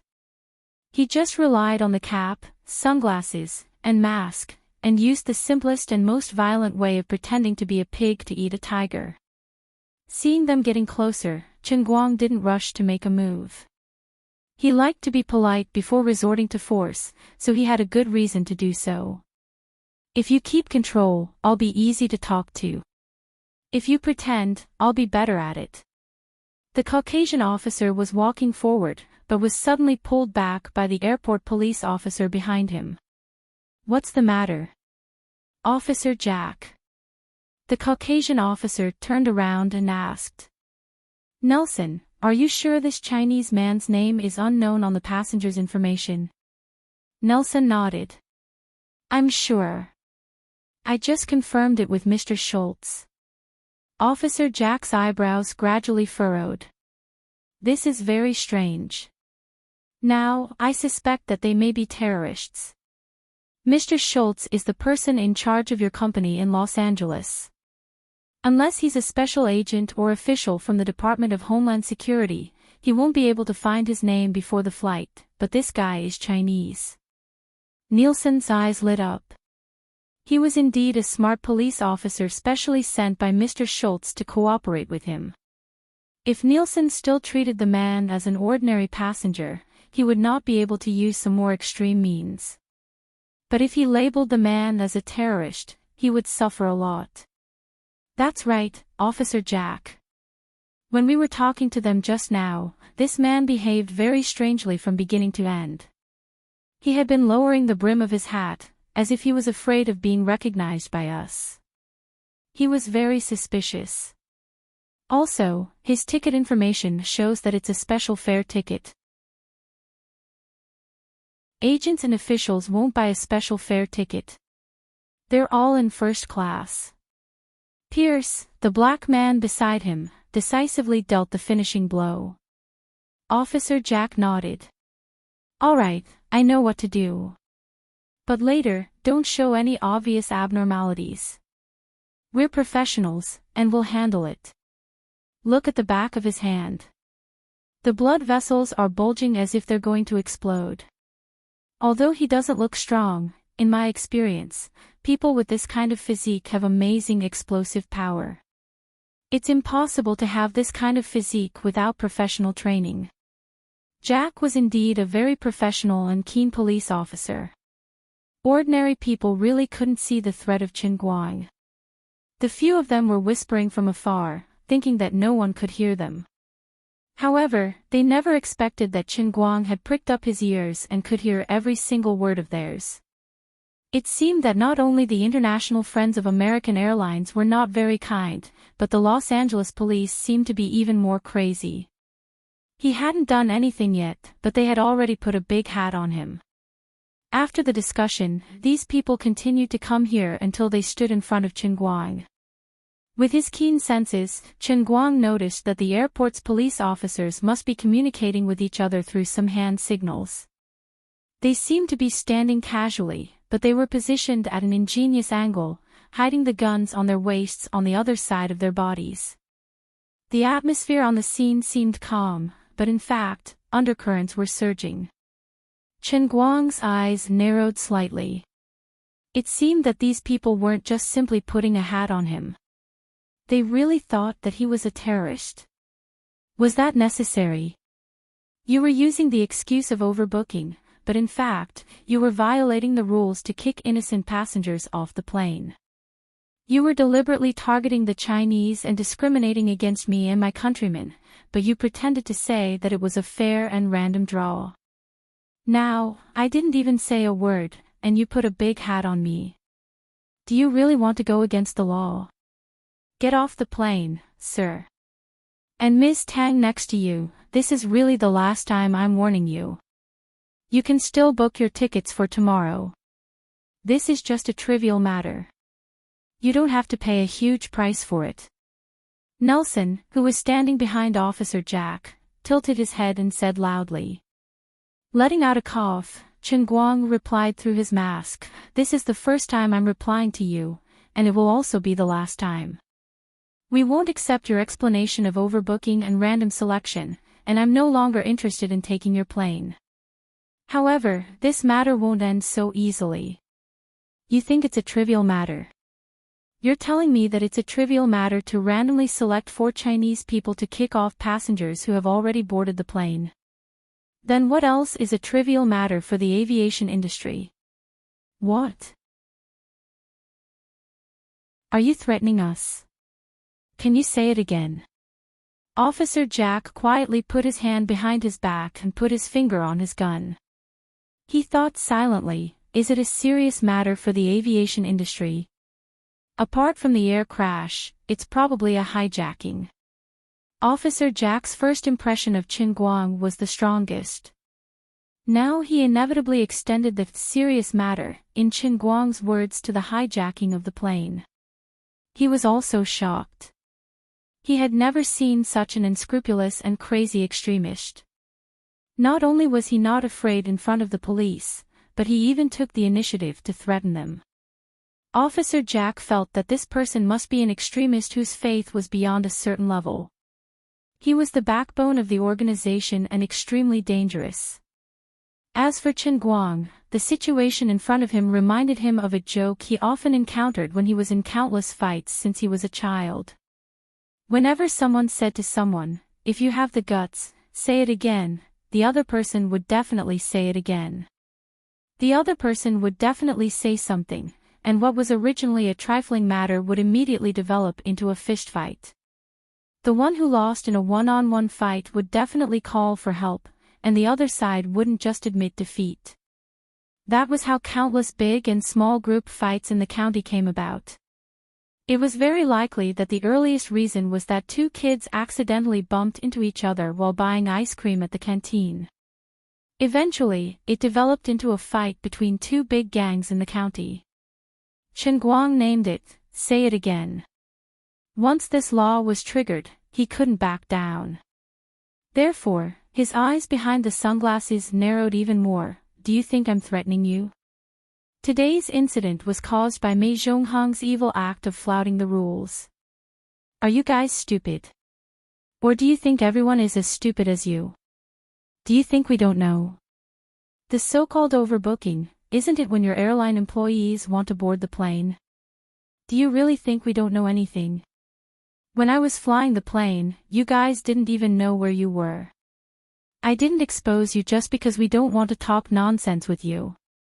Also, not everyone's time is as cheap as yours. Do you know how much loss we'll suffer if we delay our return by 1 day? If we really suffer heavy losses because of your unreasonable actions today, Mei Zhonghang can't escape the responsibility. Officer Jack, don't talk nonsense with him. Do it. There's less than 2 minutes before the departure time. The black man, Pierce, shouted from behind. Officer Jack's eyes flickered, and the other 2 police officers standing beside him reached out their hands to grab Chen Guang's arm. As for Officer Jack himself, he still had his body turned sideways, but his fist was already raised, aiming directly at Chen Guang's face. Either do not make a move, or do it ruthlessly. This was the American police's routine when dealing with suspected extremists, to prevent all dangers before they happen. However, Chen Guang's expression did not change. He reached out his hand and slapped away the two men's hands. You guys started it first, so don't blame me for what happens next. Two loud bangs were heard, and the two police officers who reached out to grab Chen Guang's fists were slapped away as they screamed in pain. On the other side, before Chen Guang's voice died away, his hand that was still stretched out grabbed Officer Jack's fist, twisted it, and pushed it backward. Officer Jack fell on his back and crashed into the white man, Nelson, behind him. I'm the one you bumped into today, so you can't take advantage of me. If it were someone else, wouldn't they be in big trouble? Chen Guang was still standing in the middle of the aisle, his expression unchanged. Officer Jack had just stood up, and finally pulled out his gun, pointing it at Chen Guang. Put your hands up. You terrorist. Or I'll shoot. Looking at the black muzzle in front of him, Chen Guang did not feel threatened at all. He was just annoyed. He was just taking a plane, why did he have to cause so much trouble? Do you think I'm Hello Kitty if I don't show my power? Why don't you try shooting? As he spoke, he took a step forward toward the muzzle. Officer Jack saw this and quickly retreated. He was afraid that Chen Guang would take the gun, and he did not expect this mysterious man to be so arrogant in front of a gun. Even Tang Ying, who was behind him, became nervous and stood up abruptly. Chen Guang, don't be too impulsive. She shouted in Chinese, but Chen Guang made an okay gesture without turning his head, and said, It's okay, their toy guns can't hurt me. Chen Guang did not believe that the other party would really shoot. Although he had heard that the American police were very overbearing, there should be a limit to how overbearing they could be, right?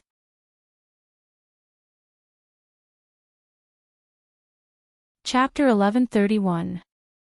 Nelson, who was at the back of the crowd, was shocked when he saw that Officer Jack's gun was useless. At the same time, he picked up the walkie-talkie and shouted, Mr. Schultz, this Chinese is very powerful.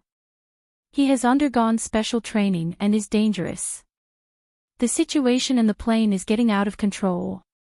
Schultz, who was watching TV in the airport office with his legs crossed, suddenly sat up straight.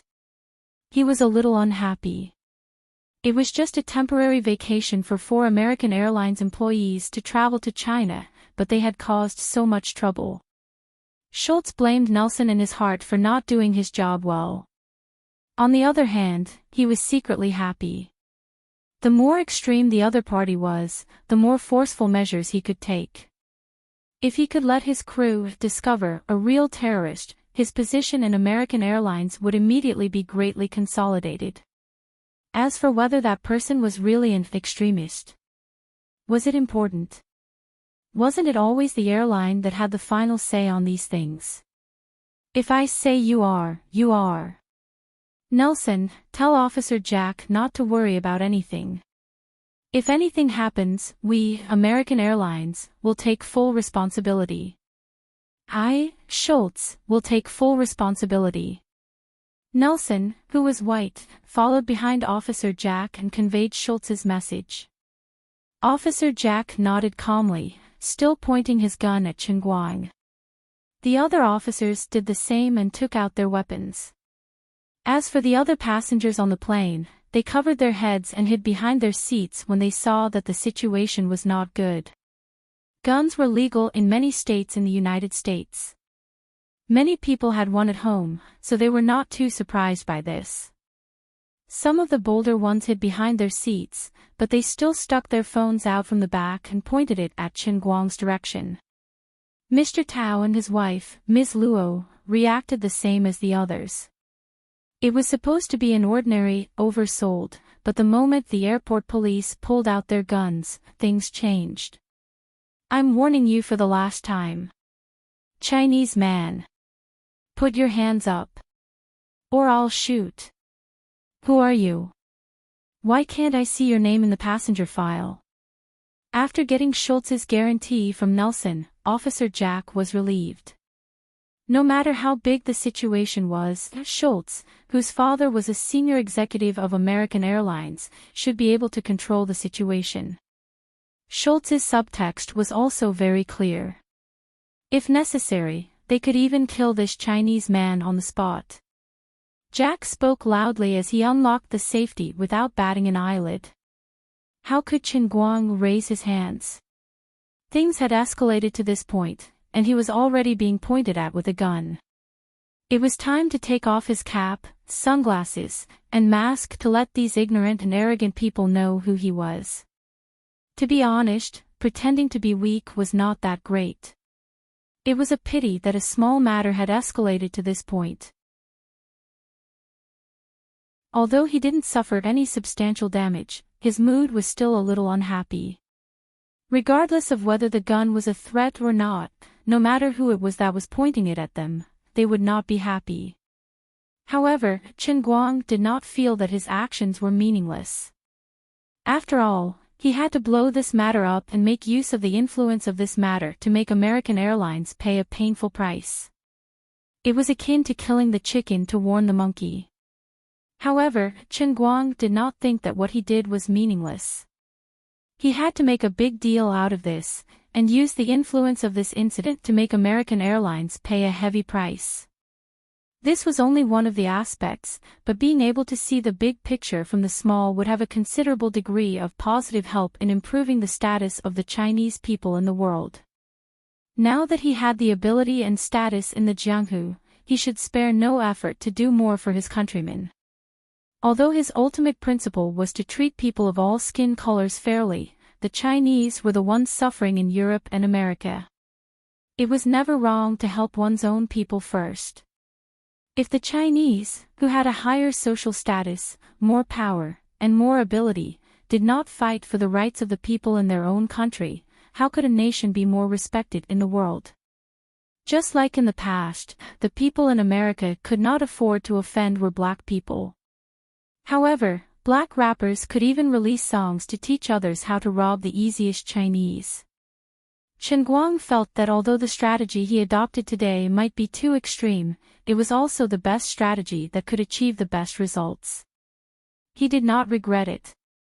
I'm really curious to see the expressions of the three guys, Nelson, Pierce, and Jack, when they see my true face. Whether it was his reputation in the civil aviation industry, or his recent fame in America through Women and Romeo and Juliet, Chen Guang did not believe that the people on the plane would not recognize him. Alright, looks like there's no other way. Chen Guang shrugged, then reached for his sunglasses. Officer Jack was shocked. What are you doing? Stop. He was really nervous. Chen Guang's hand was suspended in midair. I'm going to take off my sunglasses and mask. Don't you want to know who I am? Unexpectedly, Officer Jack said again, we don't need to know who you are now. You just need to raise your hands immediately. Hearing those words, Chen Guang fell into silence. With so many people watching and so many cameras around, Chen Guang's gun was a toy in his eyes. He couldn't afford to lose face like this. He could not raise his hands, absolutely could not. Chen Guang did not care about him, but still reached for his sunglasses.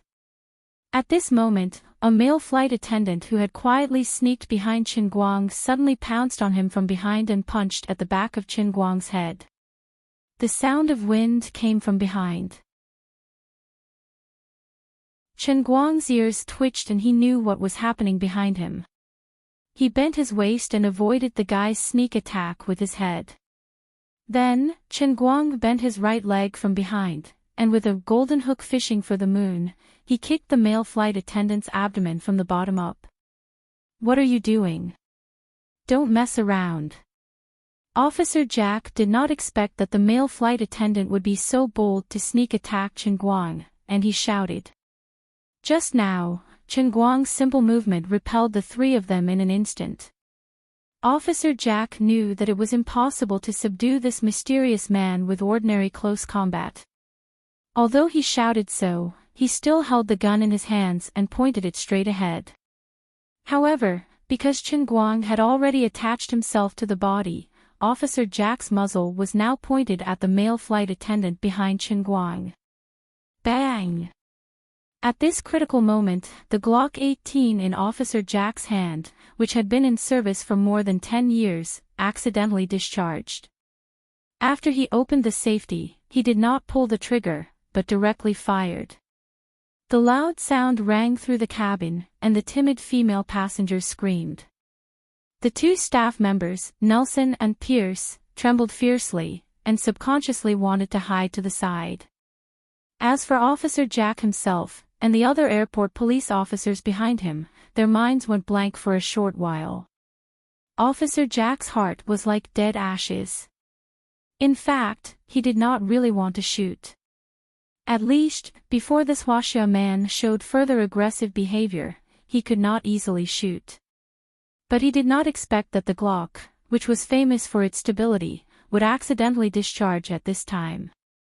What was more unfortunate was that he did not aim at this Huaxia man, who was suspected to be an extremist, but at the chest of another male flight attendant who rashly attacked. He raised his head in despair and looked straight ahead. He thought he would see a scene of blood splattering.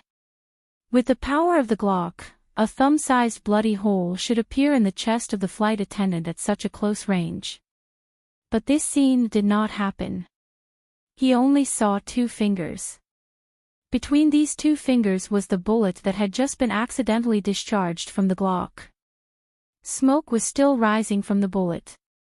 The fingers were clamped so tightly that the eggshell of the bullet was completely deformed, becoming the shape of an hourglass. The male flight attendant was completely scared, and he also stared at the scene in front of him. His eyes were also focused on the 2 fingers clamping the bullet. The few of them looked down again. The owner of the 2 fingers was bent over in a very twisted posture. His right hand was raised from behind his back, and the bullet was caught between the index and middle fingers of his right hand. Chen Guang stood up straight, raised his right hand in front of him, and then took off his sunglasses with his left hand. At the same time, he tore off his mask, exposed his face, and blew the smoke on it. He grinned and then sighed. "Damn, I'm convinced. You really dared to shoot. I'm convinced."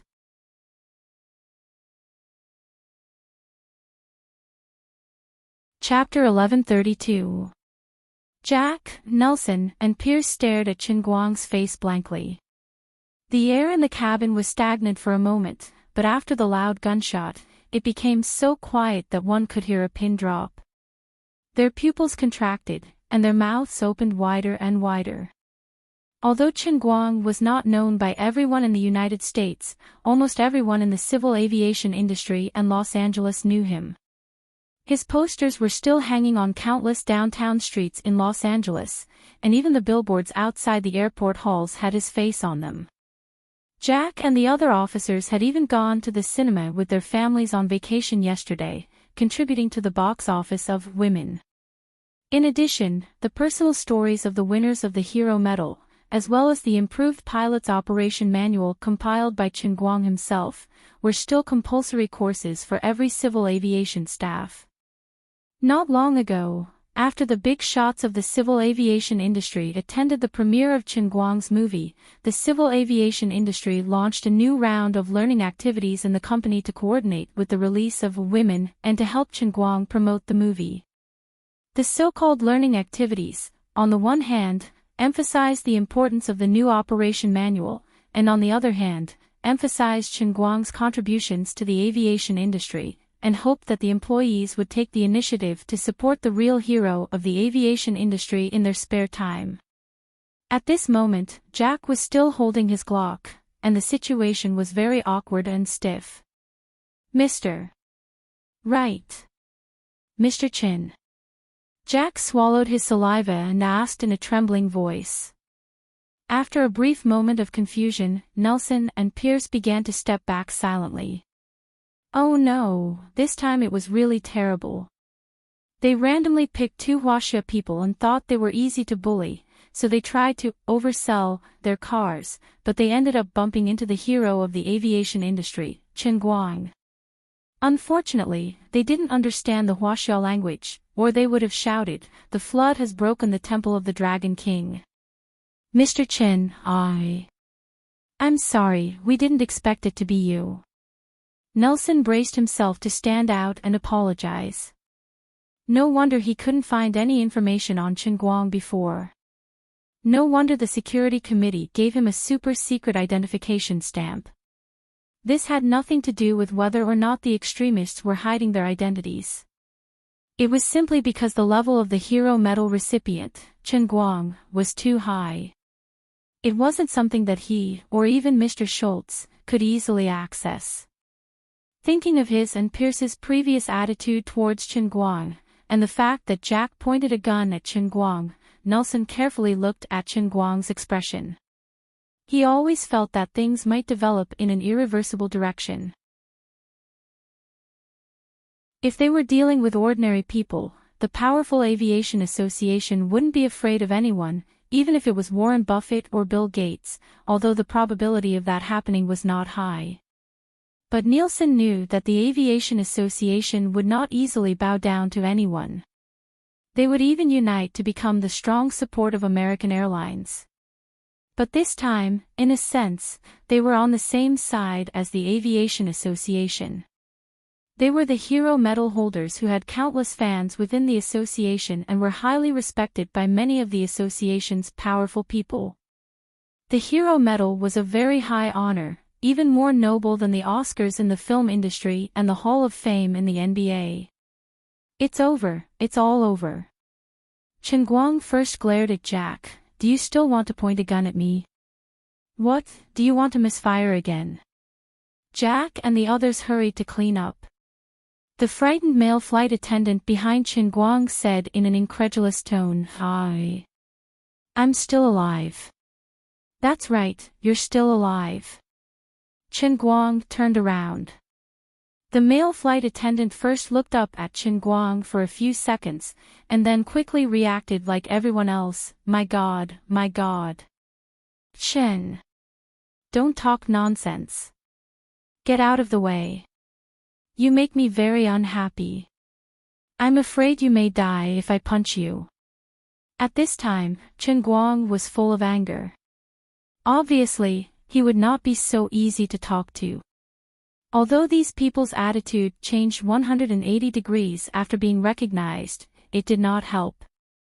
He had been provoked, and it would not be so easy to deal with it. Then he looked back at Jack and Nelson and the others. "Come on, it's already like this. I don't care what you think of this matter today, but your rude behavior has greatly troubled me. As I said just now, I will not let it go. If you are afraid of my revenge, Jack, why don't you try to shoot me again? Let's see if you can kill me." Jack shook his head violently. "How is this possible? I know it's you, Mr. Chin. How can I?" Slap. Before he finished his words, Chen Guang slapped him hard in the face. "So if it's not me, but another Huaxia person, you can shoot at will because of your inexplicable speculation?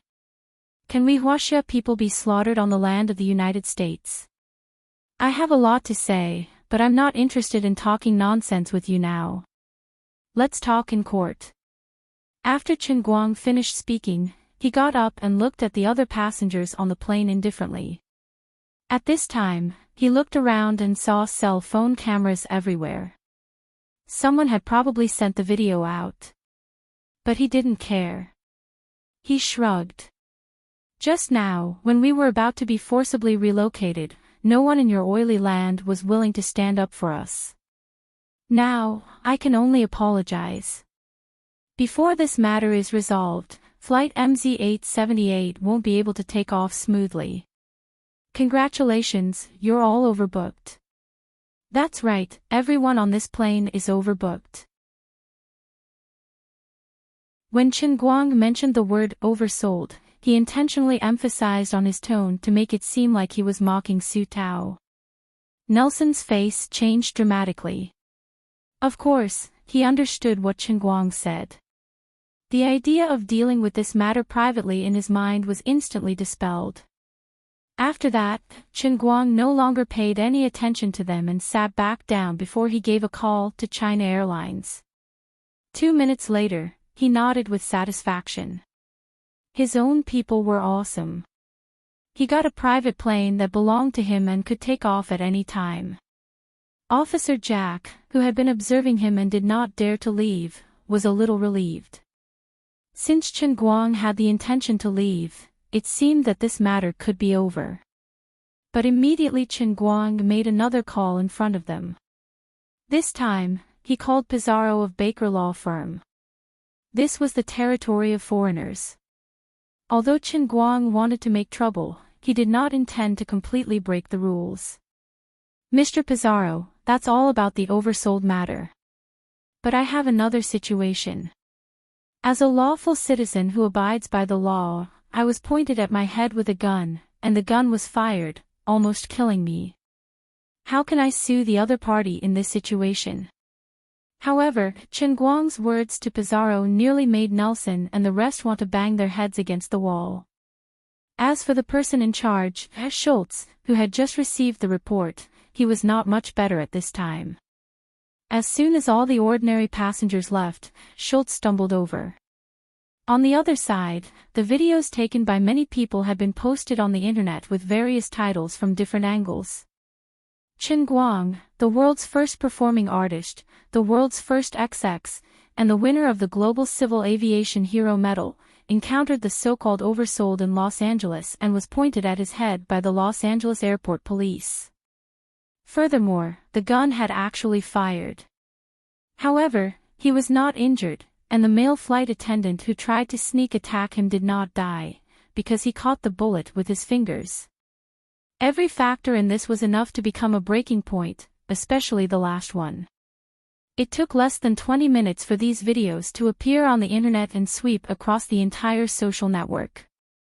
Because of this, countless people felt that they were bound by a common enemy, and they began to complain tearfully about American Airlines, a company with a notorious track record. At the same time, there were more people who accused the Los Angeles Airport Police, who had obviously been bribed by violence. Of course, the most unacceptable scene was the scene where Chen Guang caught the bullet with 2 fingers. Although this kind of thing was as common as eating and drinking soup in the eyes of people in Huaxia who knew Chen Guang, it was simply unbelievable in the eyes of ordinary Americans. They even felt that this was a movie. But this was not a movie, it was the news that was happening in Los Angeles Airport. This was a reality, not a movie. The explosion of public opinion in turn caused great pressure on American Airlines. Schultz, who was directly responsible for this matter, was dismissed on the spot. Even his father, who was also a senior executive of American Airlines, could not save him. Apart from that, Schultz was also ordered to apologize to Chen Guang, and now, he came here in grievance. Mr. Chen, Schultz, who was about 1.8 meters tall and had a very strong body, stood in front of Chen Guang, but he was as shy as a child of a few years old. However, Chen Guang clearly heard the words he said through the walkie-talkie. "Your name is Schultz, right? You said you can take full responsibility, right? Then why don't you take responsibility for me again? Come on, let me see how you plan to take responsibility for this matter. How does American Airlines plan to take responsibility for this matter? You must give me an explanation. If the person you met today was not me, but an ordinary Huaxia person, he should have died under your gun, right? Then what kind of title are you going to give to the deceased? Extremists." It was obvious that Chen Guang had no intention of negotiating with Schultz at all. After scolding this person, he asked him to leave. Just like what your American logic says, if an apology is useful, what's the point of having the police? When you asked someone to point a gun at me, you didn't expect to be struck by lightning instead of showing off, did you? Are you afraid now? Do you regret it? It's too late.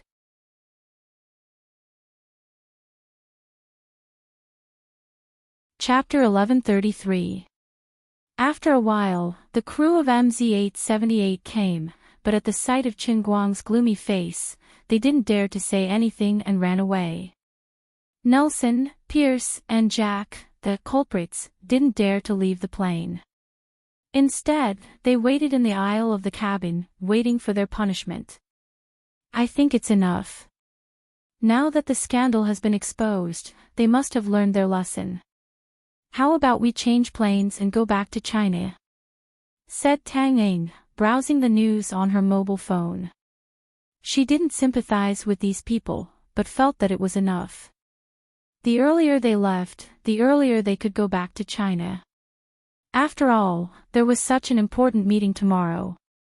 Qin Guang was also playing with his mobile phone.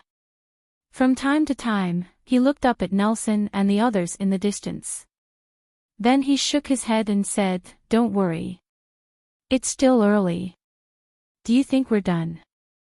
Believe me, the airline is more shameless than we think." After waiting for about half an hour, Mr. Donder, the representative of Baker and Associates in Los Angeles, a well-known lawyer who was on par with Pizarro and was known as one of the top 10 lawyers in U.S. aviation cases, came with 2 assistants and a briefcase under his armpit. As the largest law firm in the United States, it had the most professional lawyers in all aspects.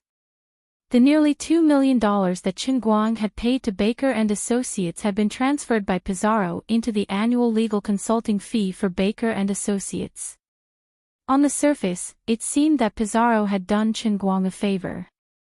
Obviously, he had only paid for the lawsuit against Prince, but he had become an employee of Baker and Associates. But that was not necessarily the case.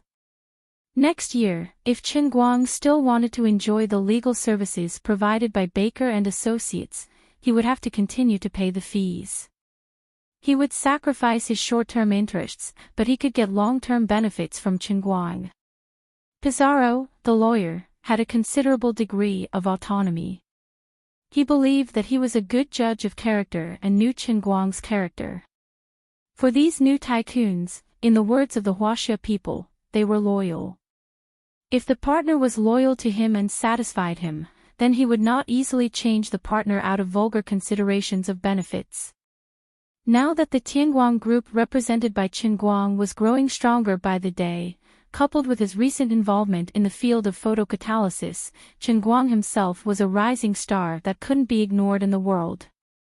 If they could reach a long-term partnership with him on a global scale, the business benefits it represented would be unimaginably huge. Donda raised his proud head and walked to Qin Guang under the desperate eyes of Nelson and the others. He then took out a tablet from his bag and opened a document in front of Qin Guang, saying, "Mr. Qin, this is the lawyer's letter that we've just prepared. Please have a look." Qin Guang glanced around and was very satisfied with the professionalism of the Baker law firm. In this brief lawyer's letter, American Airlines' bad attitude and illegal practices in this overselling incident were concisely and comprehensively explained in detail. The letter started from the authenticity of the overbooking, to the reasonableness of forcing the passengers who had already boarded the plane to get off, and then to the so-called random drawing, which turned out to be 4 Chinese people. There might even be some under-the-table operation. The Baker law firm believed that American Airlines' behavior was suspected of racial discrimination. Moreover, after being opposed and boycotted by the passengers, the coercive measures taken by American Airlines and the Los Angeles Airport Police were also very problematic.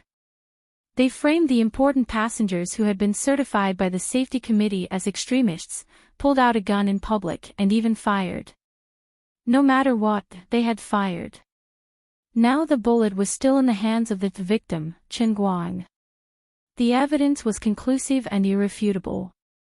As Qin Guang waved his hand, Donder called the headquarters on the spot. Within 5 minutes at most, this lawyer's letter would appear in front of the senior management of American Airlines and the news media. What's more, Donder asked his assistant to take out a high-definition video camera from behind and directly record the video in the cabin in front of Qin Guang, preparing to use it as an online press conference. When Chen Guang contacted them before, he had made it very clear that he had to leave today, so he had no time to hold another press conference. However, it was just right to hold it here. The press conference only lasted for less than 10 minutes before Donder announced the end with a very meaningful smile. This matter will not end so easily. He was one of the best aviation litigation lawyers on the earth. This time, American Airlines and the Los Angeles Airport Police were completely unable to stand on their feet, so he could win the case without lying on the ground. According to the contract signed between the firm and Chen Guang, this kind of lawsuit was like lying on the ground and getting money. How could he not be happy? Nielsen and the others, who had been watching the scene in a daze, almost wanted to die. This time, they had really kicked an iron plate, and it was a very hard iron plate. He was just like an iron hedgehog. As soon as the video of the press conference was sent out, the CEO of American Airlines finally called Chen Guang. "Mr. Chen, I've got the details. I apologize to you on behalf of American Airlines, and I'm willing to pay you a lot of compensation. Let's call it a day. What do you think?" The CEO's attitude was quite sincere. Chen Guang grinned. "You don't have to apologize to me personally, because I don't intend to forgive you at all." There was a moment of silence on the other side of the phone. Obviously, the CEO didn't expect that Chen Guang would be so tough even though he was so sincere. "So what do you want, Mr. Chen?" Chen Guang thought for a moment and said, "You don't have to apologize to me alone. You should apologize to all the Chinese people who are being discriminated against by your company, or have been discriminated against in the past. You should also publicly promise that this kind of thing will never happen again. Of course, Meizhong Airlines will have to pay the compensation. Mr. Chen, I admit that you have made great contributions to the aviation industry, but don't you think you are asking too much? Don't you think you are being too aggressive? We will never apologize to any Chinese people for the overbooking incident. The interests of the employees in the aviation industry are above everything else. They put in a lot of hard work and should be respected. So you can take other people's seats at will. I don't care whether the employees or the customers are more important in your company's creed. What I care about most is that the so-called random selection results are all Chinese people. Besides, don't fool me with the ridiculous excuse of overbooking. I'm tired of hearing similar excuses today. You can only fool fools. You are discriminating against Chinese people, and this is the real reason why I don't accept your apology. Because you are completely wrong. Even now, you still don't realize where the real problem lies. Goodbye." After that, Chen Guang didn't give the CEO a chance to talk nonsense and immediately hung up the phone. Donder, the lawyer, gave Chen Guang a thumbs up. "Well done, Mr. Chen. Your answer is great. It gives us the upper hand in the next lawsuit." Chen Guang shrugged. "I didn't think about my answer carefully. It was just my most sincere thought." On the other side, in the office of American Airlines, the CEO was furious. On one hand, he accused the Schultz father and son of making trouble out of nothing and provoking people who shouldn't be provoked. On the other hand, he was angry because of Chen Guang's tough attitude. At the same time, many leading companies in the aviation industry association called. Obviously, the video of the online press conference had been published on the internet. Everyone could see that Chen Guang planned to make a big deal out of this matter. Other companies couldn't help but sympathize with American Airlines, but they also felt that they deserved it. In the American aviation industry, employees of all companies had high status, but American Airlines was the most arrogant and unscrupulous.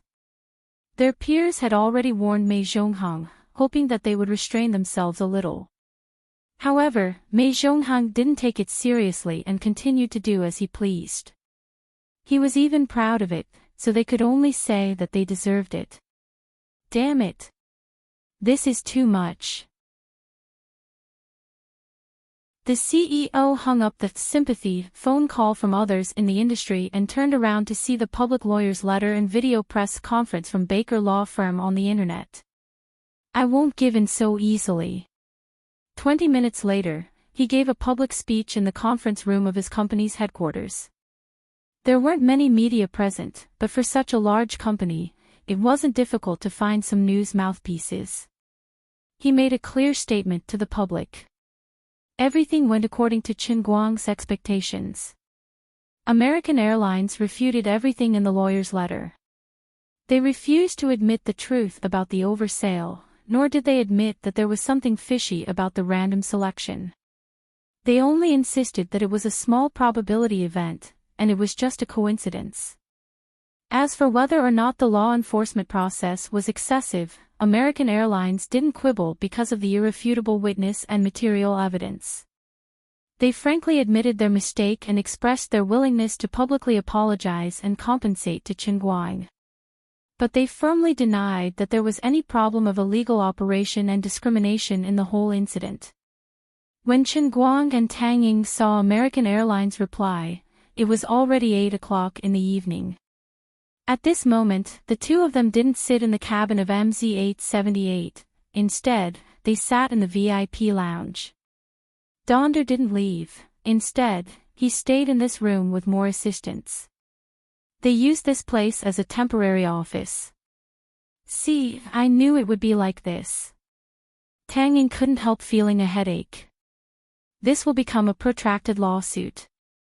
Even if you have the help of Baker Law Firm, it will definitely take a long time to collect evidence and argue in court. Discrimination is a very bad phenomenon.